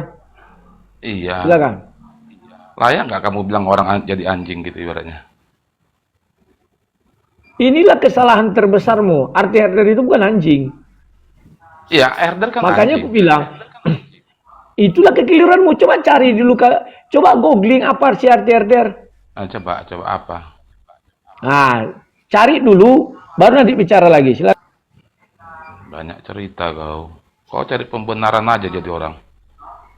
Seolah-olah kau nggak punya salah atau punya apa celah. Aku nggak cari pembenaran. Kau buktikan dulu, herder, cari iya, googling herder. Iya, coba lah apa bilang herder. Ngapain saya googling? Saya udah bertemu Kok sama kau. apa? Kan sekarang kau yang mendalilkan bahwa itu untuk anjing kan? Terus Sekarang apa? saya cari, saya suruh, Iya, terus saya apa? suruh kau cari Lu- dulu arti herder sesungguhnya. Apa? Coba bilang. Kok coba bilang, kau carilah dulu. Artinya itu gembala. Gimana sih? Au. Herder gembala dari mana pula herder Oke. gembala?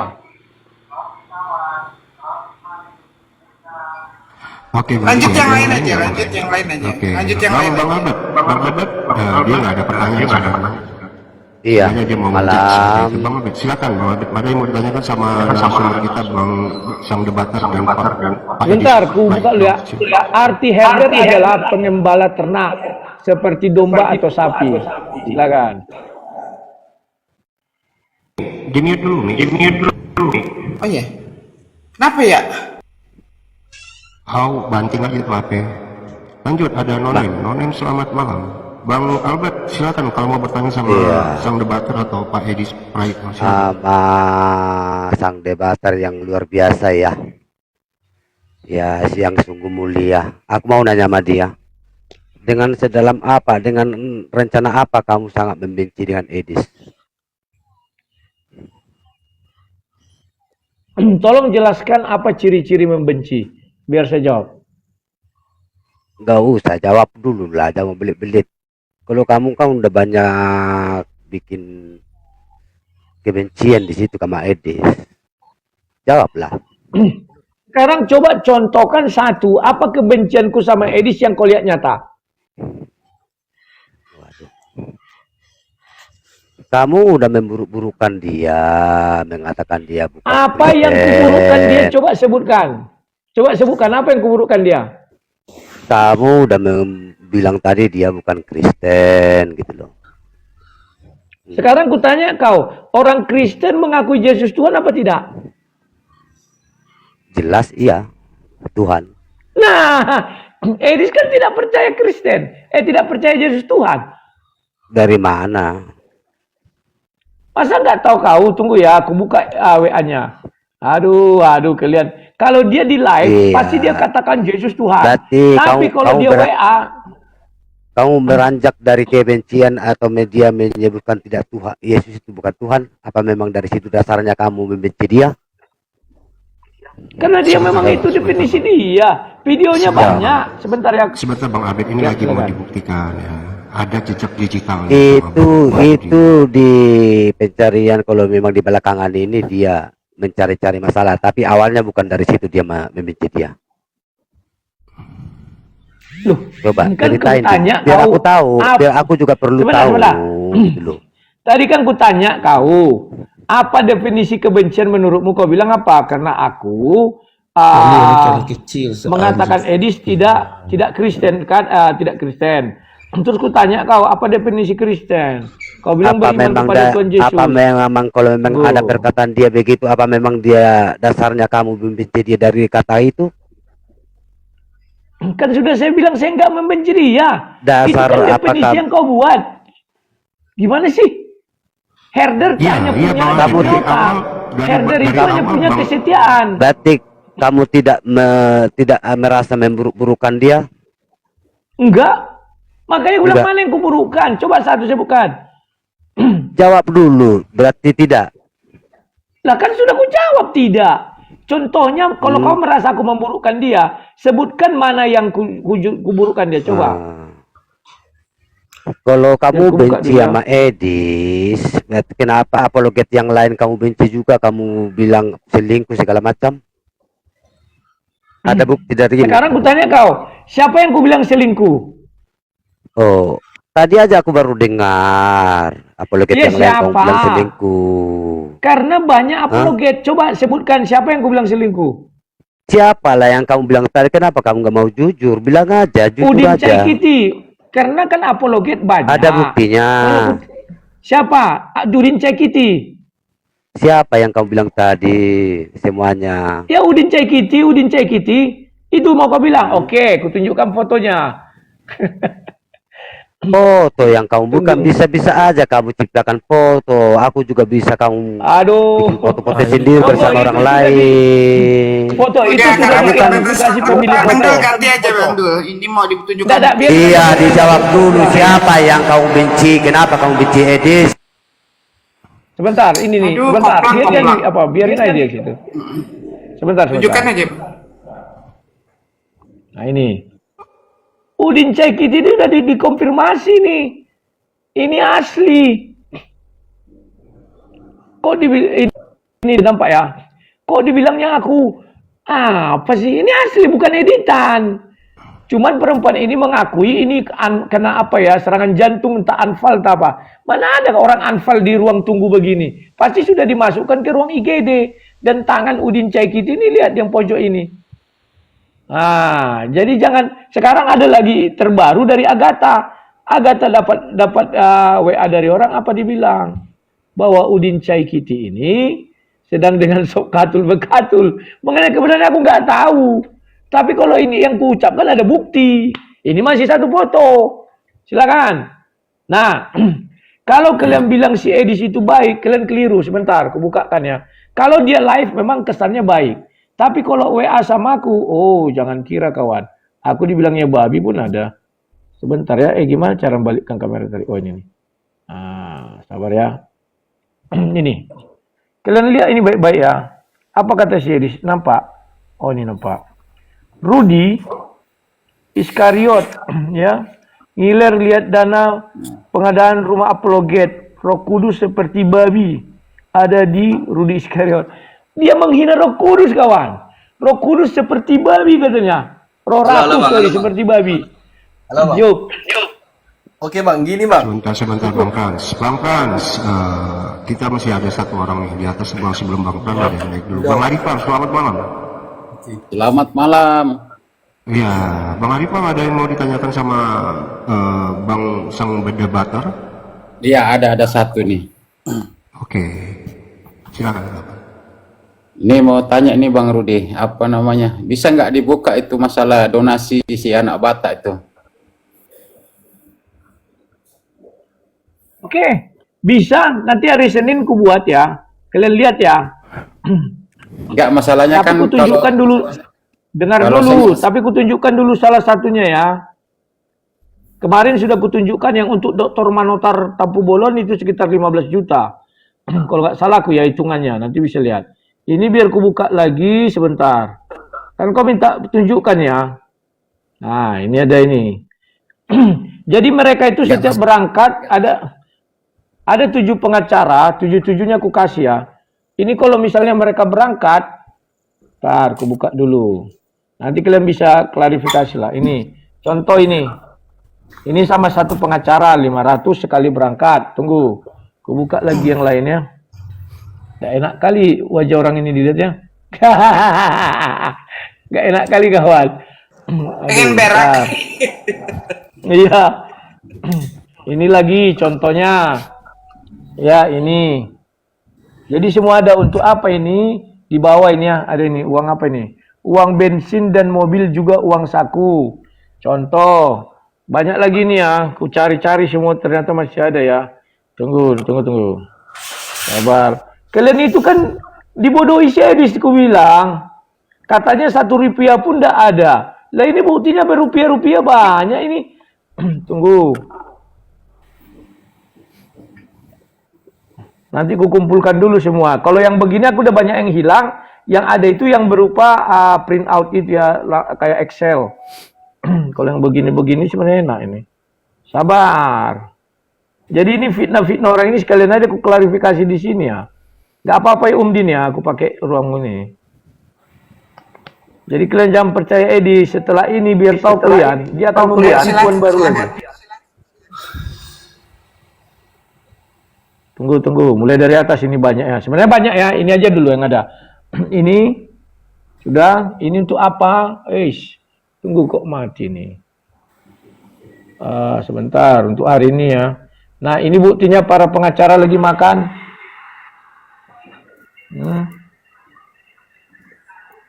Ya jadi semua itu kugunakan untuk kasus hukum Rudi Simamora. Itu tidak kuberikan kepada dia. Karena memang waktu aku meminta itu untuk membantu proses hukum. Ini lagi contohnya. Ini 750. Biar kalian tahu. Ini lagi 750. Ini setiap mereka berangkat ke PN 7 orang. Aku kasih untuk uang rokok, uang makannya situ semua ya. Nah ini lagi. Berapa juta itu? 1 juta, 200 juta. Mana lagi? Ini lagi. Banyak ya, ini masih banyak ya. Tanggal-tanggalnya ada semua sini. Oke. Apalagi yang mau ketanya, silakan. Enggak itu aja Bang, tapi apa namanya nih masalahnya kan banyak yang pertanyakan bisa lihat di apa ini di komen-komen di bawah kan. Oke Bang. Mereka itu hanya Oke sebentar. Sebentar. Itu dari sang debater itu akan merekap semua, akan dibuka di depan, dia akan membuka sendiri di forumnya dia gitu, bukan di sini Bang kalau masalah itu Bang.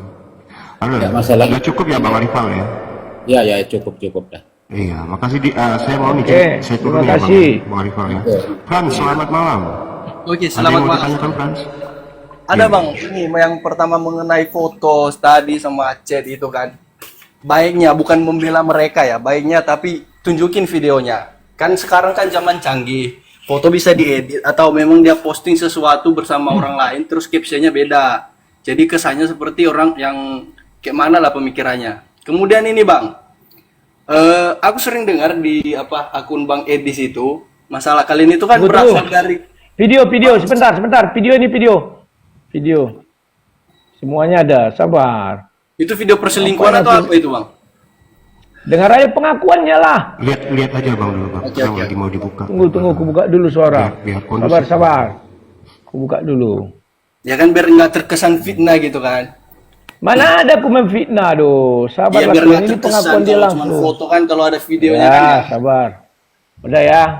Kayak mana playnya ini? Pak Rudi Yohanes. Saya mau tanya ya. Teringatnya kita nih kawan baik loh. Tapi kenapa Bapak upload foto saya dengan Pendeta Saifuddin Ibrahim di Facebook dan di mana-mana? Nah, sudah diakui ya. Iya, tapi kan kau cari terus Mas. Kan masih ada video lanjutan. Kau cari nanti videonya. Kau cari nanti videonya ada di tempat Udin juga, dia mengakui Udin menawari dia nikah. Karena Udin mengakui dia sudah berpisah dengan Ibu Sarah, ternyata belum. Dan Pak Udin mengakui mereka pergi ke entah kemana-mana lah. Udahlah, nggak usah diurusi. Nanti udah ada pengakuan dia kok. Nanti itu dicari. Ya.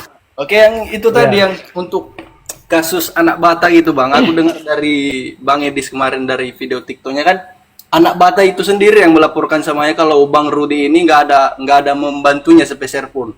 Makanya dia buat di live-nya itu. Jadi mau nanya gini jawab Bang. Ya. Oh, bentar, Dulu ku jawab satu-satu dong. Oh, oke lah, silakan. Begini. Santai, masih dikasih kok waktu. Oke. Sebentar aku jelaskan ya.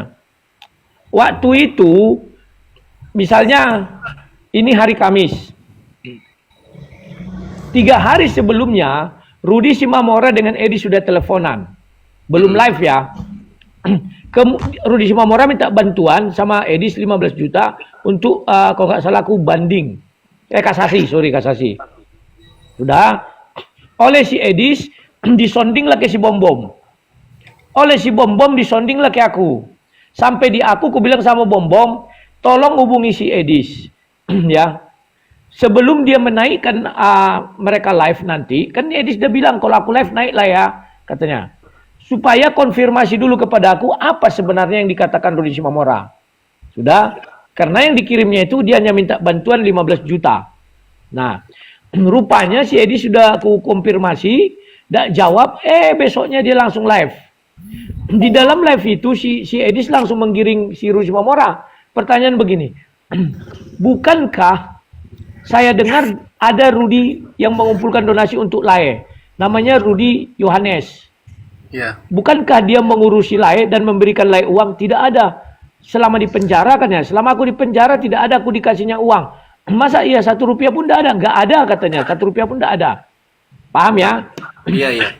Edis ketika membicarakan itu kan bulan 5. Paham ya, bulan 5. Sementara aku ada videonya masih nanti dilihat di Al Ayubi 1 November 30 Oktober saya sudah berhenti mengumpulkan donasi untuk membantu proses hukum Rudi Simamora. Edis nggak tahu itu. Di otak Edis sampai dia bicara bulan 5 itu aku masih mengumpulkan donasi untuk Rudi Simamora. Di situ letak kekeliruannya. Kemudian yang kedua, Edis tidak tahu bahwa Rudi Simamora mengalami 2 sel. Sel pertama di Polresta, sel kedua di LP. Di Polresta kan ada WA si Rudi Simamora. Ya, memang aku dikasihnya uang di Polresta 1.200.000 dan 800. Dia keliru. Yang ku kasih pertama 1,5, yang kedua 2,5, yang ketiga 1 juta. Jadi 5 juta semua. Keliru dia. Karena waktu itu ingat kali aku dimintanya untuk minum karena kerongkongannya gatal. Apa tidak bisa minum. Yang kedua, dia sakit panu. Dia minta obat dan juga untuk rantangan. Ku kasih 1,5 juta. 2,5 juta. Yang pertama 1,5, baru aku mau pulang ku kasih 1 juta. Berarti ada 5 juta kan. Selama dia di LP, memang tidak pernah aku bantu dia. Kenapa? Karena aku sudah berhenti dari Oktober. Dan waktu itu, ada aku mencari dana 150 juta. Tujuannya untuk sampai kasasi. Tetapi oleh Sob Katul Bekatul diputar balikkan kata.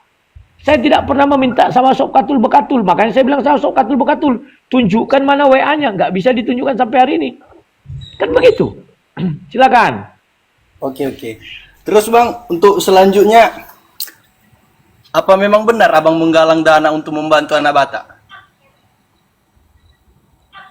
Saya tidak pernah menggalang dana untuk membantu anak Batak. Yang benar adalah saya menggalang dana untuk membantu proses hukum. Itu sudah saya bilangkan itu tanggal 18 November 2 Oktober kalau salah ya, Oktober. Proses hukum siapa Bang? Anak Batak lah. 18 Oktober aku canangkan itu malam ya, bantu kalian saya. Kalau terkumpul dana 20 juta saya berangkat ke Medan untuk membantu kasus hukum. Jadi uang itu bukan untuk Rudi Simamora. Gak pernah itu untuk membantu kasus hukum. Apakah sudah saya jalankan? Saya jalankan. Videonya ada. Silakan. Oke, baik Bang. Apakah maksudnya mana ini? Apakah wajar menggalang dana untuk seseorang atau untuk membantu seseorang itu tanpa pengetahuan atau persetujuan orang yang bersangkutan? Siapa bilang aku nggak dapat persetujuan? Aku sudah minta izin sama istri Rudi Simamora. Foto-fotonya tadi aku tunjuk ya. Sebentar. Si Rudi Simamora kan di dalam sel. Mana bisa kita biar gak dia malam orang itu yang dengar TV kayak gitu kan Bang. Makanya aku tanya kayak gitu. Nanti kata orang itu. Iya, dengar dulu. Jadi malam itu langsung aku telepon istrinya. mau nggak kau aku bantu untuk mengurusi kasus hukumnya? Kalau tidak mau, kau sendiri bisa sanggup nggak mengurus? Dia jawab tidak sanggup. Udahlah, itu saja yang mengurus. Masalah hukumnya, nggak ada aku bilang, mau nggak kau aku kasih uang, nggak ada itu. Yang benar untuk masalah hukum. Tunggu, sabar dulu, nggak usah buru-buru. Makasih ya yang punya room. Aduh, jadi malu juga ya. Nggak apa-apa ya, sebentar ya. Lanjut lagi. Ya, sebentar nanti kita sampai juga kepada si di situ. Biar ku bongkar dulu sini. Kurang ajar itu. Ntar ya. Ini ada foto. Tadi udah kutunjukkan sih. Cuma ini tunggu udah lewat. Ini. Ketunjukkan lagi ya. Balikkan kamera dulu. Jangan foto bang, video pas abang minta izin itu atau chatnya atau apa kek? Itu melalui telepon, tunggu dulu. Kalau sudah ada istrinya di sini, apa lagi mau kau bilang? Ya kan siapa Ini tahu bahas lainnya. yang lain. Mana bisa bahas yang lain di sini? Ini kami mau bawa dia saksi, nanti kutunjukkan videonya. Saksi ya, ini lainnya. Yang inilah istri Rudi Simamora ini nih. Nah ini. Paham ya? Iya. Tidak mungkin dia datang sini tidak ada sepengetahuan istrinya. Ini sidangnya, tunggu ku bukakan. Dia kan saksi di situ dengan lainnya itu. Tunggu mana ya sidangnya tadi? Oke. Ya udah nanti ku cari. Karena ini banyak kali data ini ya. Oke bang, oke. Bahkan kami makan sama istrinya juga. Hari pertama, hari kedua, ketiga kan aku terus sama istrinya itu. Iya. Beramai-ramai kami. Gini, walaupun ada fotonya bang. Nah, sebentar. Ini nih. Foto juga kan bisa, nggak harus rekaman. Ini di persidangan ya. Iya. Tar. Nah, ini di persidangan. Disinilah istrinya menjadi saksi. Ah, kau bisa tanya nanti. Silakan, apa lagi? Saranku bang, kalau cuman foto itu ya bisa ngeblur itu, maksudnya bisa entah apa yang kalian bahas, apa yang disampaikan. Tetapi kalau ada videonya atau bukti percakapannya bahwa abang telah minta izin, itu lebih real bang. Lebih bisa. Sekarang kutanya dulu kau. Kutanya dulu kau. Mungkin nggak aku bertemu istrinya dan meminta kuasa sama Rudi Simamora tanpa izin? Ya jelas tidak mungkin. Nah makanya, apa buktinya aku ketemu dia di penjara? Kan sudah ada kutunjukkan kemarin fotonya. Di penjara kami ketemu. Kan aku minta kuasa, tentu ku sampaikan itu. Rudi, aku sekarang membantu kau. Aku membantu kau kasus hukumnya. Bukan donasi untuk dia, salah. Contoh, donasi untuk anak, misalnya orang sakit. Itu memang harus kita serahkan untuk dia. Kalau Rudi Simamora kan enggak. Untuk membantu proses hukum. Silakan. Oke, jadi tadi abang sampaikan kalau pas abang itu berhenti menggalang dana itu sekitaran bulan November, sedangkan video bang Edis itu sekitaran bulan-bulan 5 ya gitu? Ya betul, bulan 5. Apakah setelah abang berhenti menggalang dana untuk membantu anak Batak itu, apakah ada abang menyampaikan di sosial media bahwa abang ini telah berhenti menggalang dana atau tidak? Ada, cari saja di Al-Ayubi Channel tanggal 1 November, 30 November dan 1 November. Ada, coba. 1 November dengan 30 Oktober, Al-Ayubi Channel. Apa judulnya ya? Cari saja.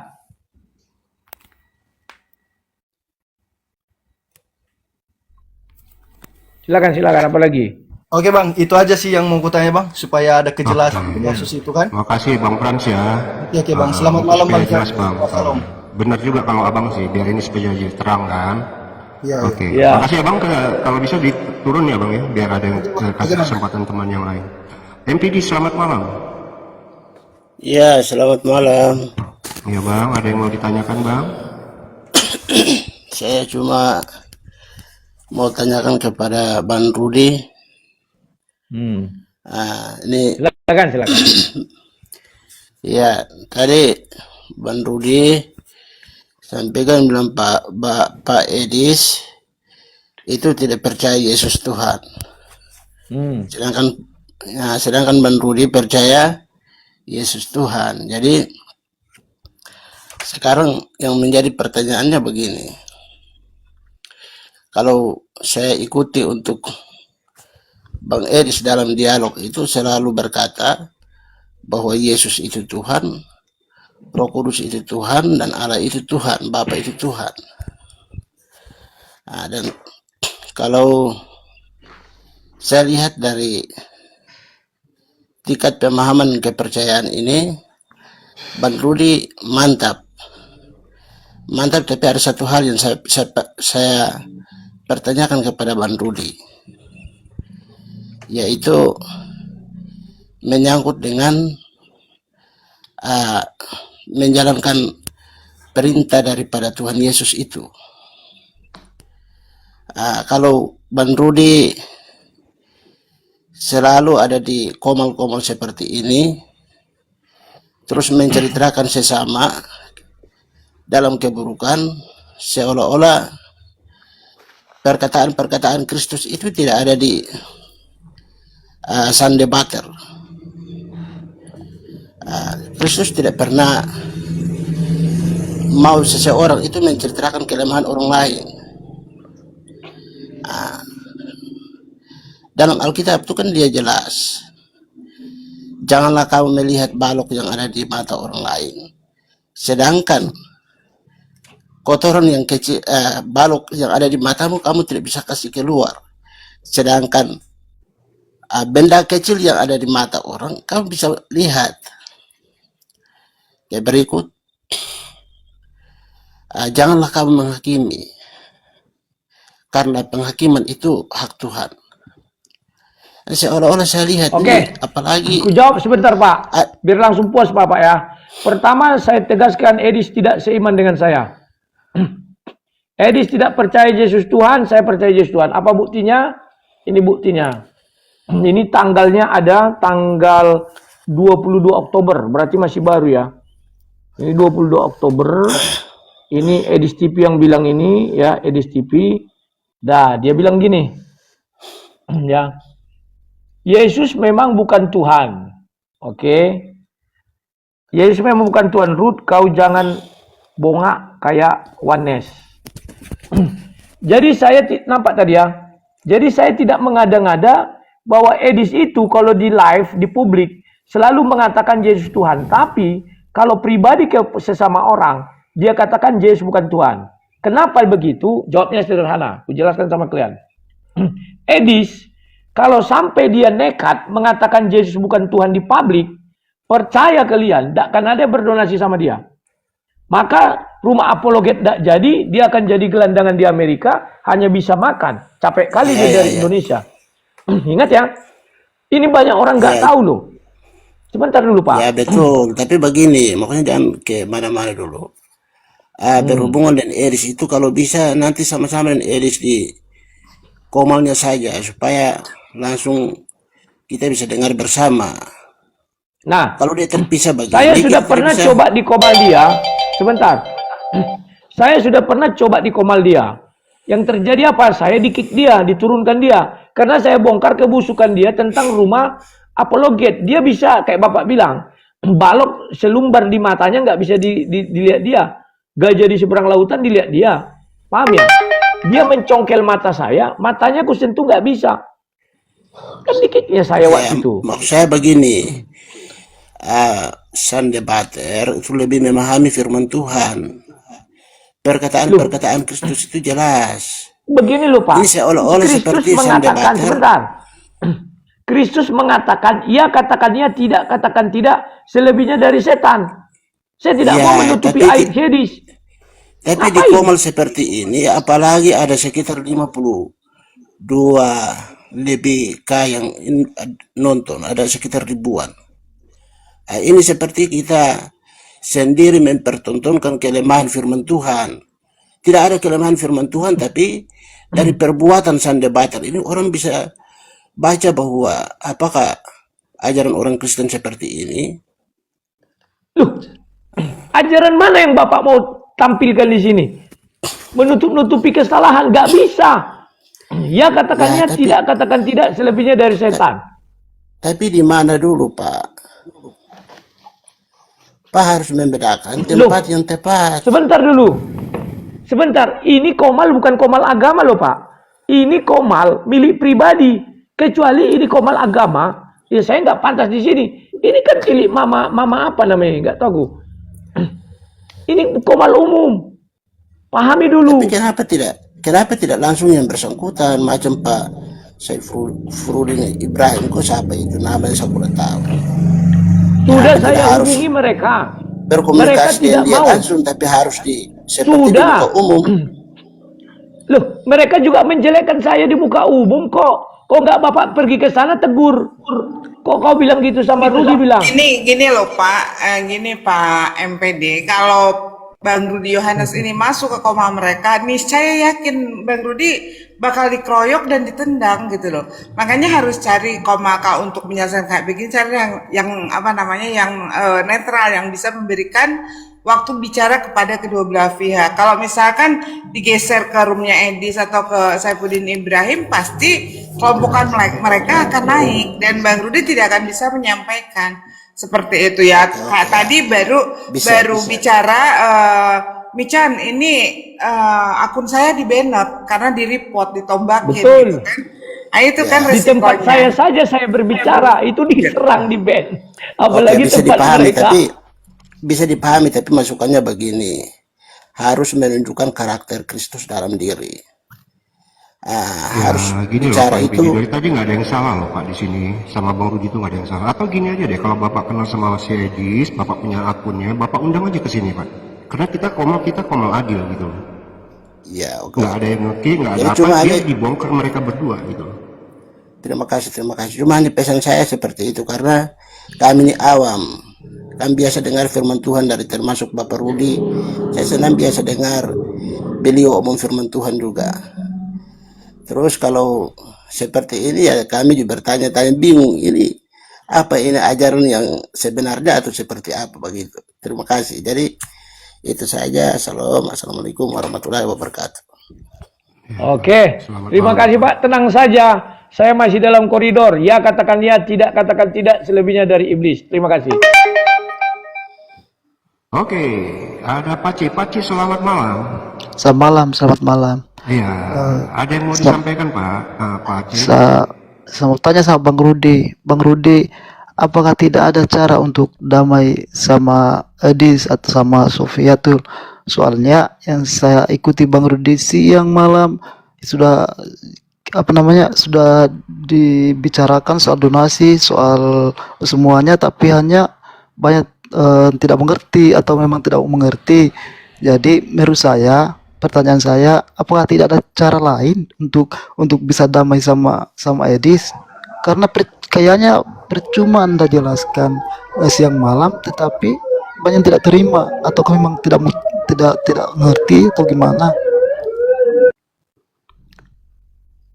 Itu pertanyaannya Bang Rudi, apa tidak ada cara lain? Oke, terima kasih. Ya. Edis, saya ajak berdamai 3 kali. Kamu kira dia gubris? Tidak tuh.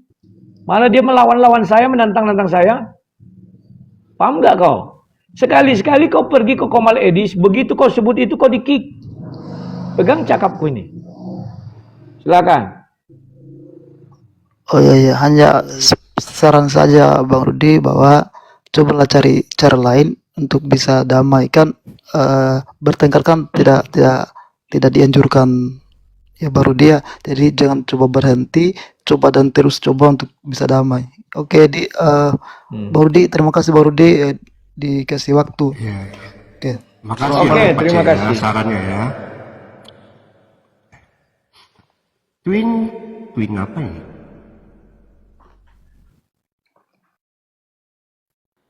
Twin cam. Twin cam, on mic, ada yang mau disampaikan? Tak ada bang, tak ada. Ini cuma tertekan. Sorry bang ya. Oh, tertekan. Maaf ya, saya turunkan ya. Ya. Oke, Bang Rud, makasih. saya tambah sedikit aja lah ya, supaya dia nggak simpang siur juga. Di bawah sana ada tuduhan ini. Itu bisa jadi dipalsu atau ya dispalsu yang ada di WhatsApp-nya itu, yang di chat-nya itu. Coba paling tidak bisa diklarifikasi.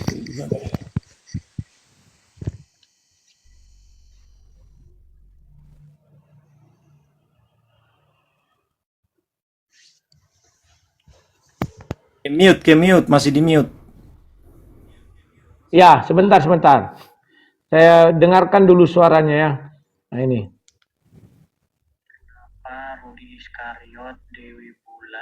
Nah, itu ya. Ntar lagi. Dia selalu suaranya. Mana suara?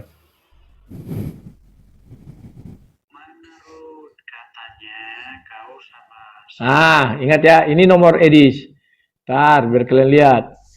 Jadi ini ndak bohong-bohong. Ngapain aku bohong? Telepon kalian lah. Orang dia di luar negeri kok bebas. Ngapain takut? +1714 ini ya. Udah bang. Nah, siap. Nanti kena kick. Iya. Oke, ini ada narasumber lagi. Ada yang ini siapa ini?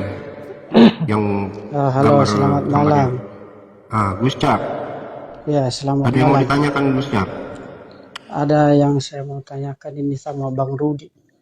Oke, silakan. Ini Bang Rudi, tolong dulu ditampilkan itu SMS-nya dari si Edis itu tadi yang katanya Yesus bukan Tuhan.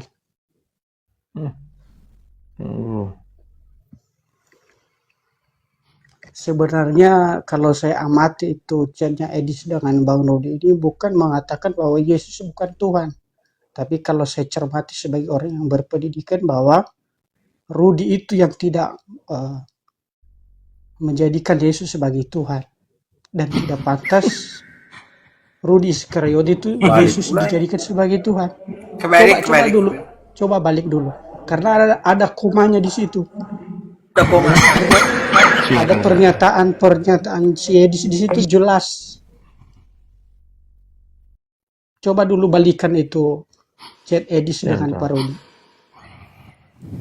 Maksudnya si Edis di situ bukan si Edis tidak percaya Yesus sebagai Tuhan, tapi Edis di situ mengatakan bahwa Rudi tidak pantas Yesus menjadikan Tuhan. Karena apa? Rudi jelas. Itu framing itu bang. Abang belum baca, abang framing itu bang. Karena ada komanya di situ. Ya nanti abang lihat. Kalau saya baca itu jelas itu dia bilang Yesus bukan Tuhan gitu. Berarti dia ini Edis mungkin. Karena dia pintar daripada jelas Edis. di situ. Coba ditampilkan. Oke, sebentar lagi dicari. Ditampilkan ya. Nanti abang baca jelas ya bang ya. Jangan diulang-ulang lagi ya bang. Sekarang kau baca sendiri. Baca sendiri, jawab sendiri. Itu Nah, di itu situ ada yang paling bawah itu. Yesus memang bukan Tuhan Rudi. Karena memang tidak pantas. Karena selama ini si Edis beranggapan bahwa si Rudi ini tidak jelas seorang pendeta. Dia hanya bisanya itu ngoceh terus. Makanya dia mengatakan bahwa Yesus memang bukan Tuhannya si Rudi. Kau Terus jangan lanjut. Bonga. Nggak ada sinya di situ bang, jangan ditambah-tambah bang. Bukan di situ ada koma. Ya, Di terus. situ dia katakan Yesus memang bukan Tuhannya si Rudi. Nah, jadi bukan Yesus, bukan Rudi itu yang percaya Yesus. Terusin, kok jangan Dibaca, jangan dijelasin dulu bang, Oke, baca saya dulu, baca sampai ya. habis.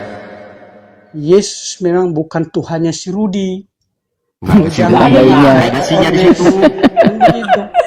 Itu di bawahnya diterusin. Bukan enggak gini. Si Edis itu Jangan mengatakan ditambahinnya. bahwa Rudi ini sebenarnya tidak pantas menjadikan Yesus sebagai Tuhan karena Yang mana? Coba yang mana? Susah. Baca aja nggak? Lanjutkan bacanya itu. Nah itu udah saya baca tadi itu kan. Coba. Ya itu memang bukan Tuhan yang Rudi. honest. Kau jangan bongak kayak Wanes. Wanes itu Yang tahu penting bahwa Yesus ini itu bagi dia. kalimat dia itu Edis mengatakan bahwa Yesus itu tidak pantas jadikan Tuhan sebagai Kami bukan mau ikut campur ya bang, maaf ya bang, bukan ikut campur membela sang debator ya, bukan ya. Cara apa membacanya aja udah salah bang. Ya nggak ada siap, Bapak itu. Ku bilang dulu sama Bapak itu. Begini Pak, begini ku bilang sama Bapak. Herder itu tidak punya otak, tetapi punya kesetiaan Pak. Tuhan Yesus pun datang, kalau menyentuh si Edis, herdernya akan menggonggong. Bukan Oke, Pak, ya. Oke lah, terima kasih aja dulu lah ini. Ya. Makasih ya Pak Pusat ya. Baik. Oke, saya turunin Pak. Lubis, selamat malam. Ya, salam. Iya, selamat malam bang. Ada yang mau ditanyakan bang atau gimana? Ada yang nyampe saran? Gimana? Ya, begini, saya hanya menyampaikan sedikit saja ya. Nggak, sebenarnya sih saya nggak mau bela sana bela sini antara Bang Edis sama Bang Yohanes ya. Kita tahu sama-sama ya bagaimana track record kedua saudara kita ini ya. Cuman saya mau saranin sama Bang Yohanes, yaudah deh, nggak usah membalas kejahatan dengan kejahatan ya, Bang Yohanes ya. Saya bukan mau. Tunggu dulu Pak, berarti Bapak menuduh Series jahat? Ya, sekalipun dia jahat ya. Saya nggak tanya sekalipun. Menurut Bapak Eris jahat berarti ya? Ya mungkin begitu ya, menurut saya begitu. Kalau mungkin nggak pasti tuh Pak. Jangan Bapak framing dia jahat. Gimana sih? Ya, saya tadi bilang ya, begini Bang Yohanes ya. Artinya sekalipun dia itu jahat ya, kita nggak boleh kan membalas kejahatan dengan kejahatan. Makanya aku bilang yang nggak boleh dibalas kan kalau dia jahat. Bapak putuskan dulu dia jahat apa enggak? Bahasa saya kan jelas tuh ya. Artinya sekalipun orang itu jahat, sebagai orang Kristen kita tidak boleh membalas kejahatan dengan kejahatan. Gitu. Nah, menurut Bapak saya sedang membalas Yedis apa enggak? Ya menurut Bang Yohanes balas-balasan itu jadinya kan? Aku bertanya malah, menurut Bapak saya sedang membalas Yedis apa enggak? Ya dari pernyataan Bang Yohanes kan sedang balas-balasan itu semua. Oke, berarti menurut Bapak Edis jahat. Bukan seperti itu loh Bang. Artinya begini Bang. Aduh, kapan Oten ini cerdas? Kalau Oten itu karena gak cerdas, kalau cerdas Kristen. Sini sama orang. Nanti terganggu. Begini, pahamnya begini. Kalau di dalam orang di dalam iman Kristen, sekalipun hal itu jahat, kita tentu tidak bisa membalasnya dengan kejahatan, gitu loh. Kalau jahat? Ya, saya kan bawa firman nih Bang. Ya, kalau jahat tidak boleh dibalas kan? Ya. Kalau tidak jahat, boleh. Kalau nggak jahat, ya boleh.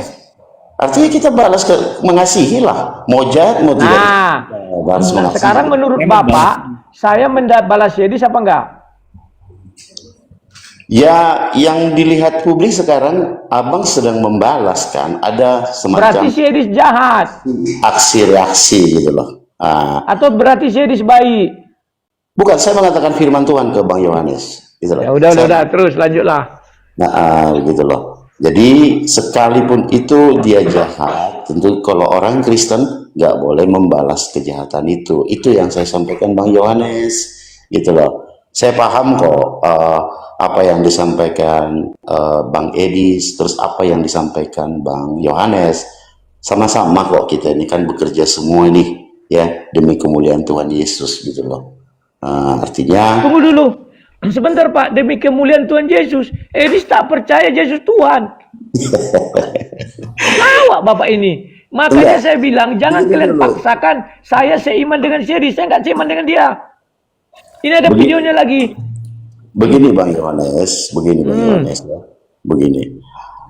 Walaupun jalan cara daripada Edis itu sedikit ya Bang ya, sedikit ya, agak lain ya. Jadi ya pahamilah gitu loh. Jadi ada pepatah orang Batak, dang di ida mata di botoroha ya, paham kan? Sebentar dulu lah, itu bukan sedikit. Dia mengatakan Yesus punya Tuhan. Dia mengatakan Yesus punya Tuhan. Itu sudah jauh beda dengan pemahaman saya. Bang Yohanes boleh buka. Jadi jangan dipaksakan saya seiman dengan dia ya. Tidak bisa. Oke bang. Tapi aku hanya bilang gini loh abangku ya, gini loh abang ya. Kita kan, aku tahu kok hati abang itu baik, tahu gitu loh. Ya bang ya, abang Anda ya, aku tahu. Oke. Marilah ya bang ya. Saya nggak bela Bang Yedis kok. Saya nggak bela Bang Yedis. Saya hanya saya hanya menyampaikan aja sama Bang Yohanes. Kasih. Ya, Oke, Bang Lubis ya. Saya turunkan izin ya Bang Lubis ya. Oke, oke. Oke, Jibi, selamat malam. Oke, selamat malam. Iya, Buat ada yang mau semuanya. disampaikan abangku? Saya mungkin nggak masuk ke sedikit aja mungkin kemarin dengan penjelasan yang dimaksud Rudy Yesus bukan Tuhan, mungkin itu udah terang benderang mungkin dijelaskan Edis. Tuhan yang dimaksud itu kan huruf besar, mungkin Bapa di sorga.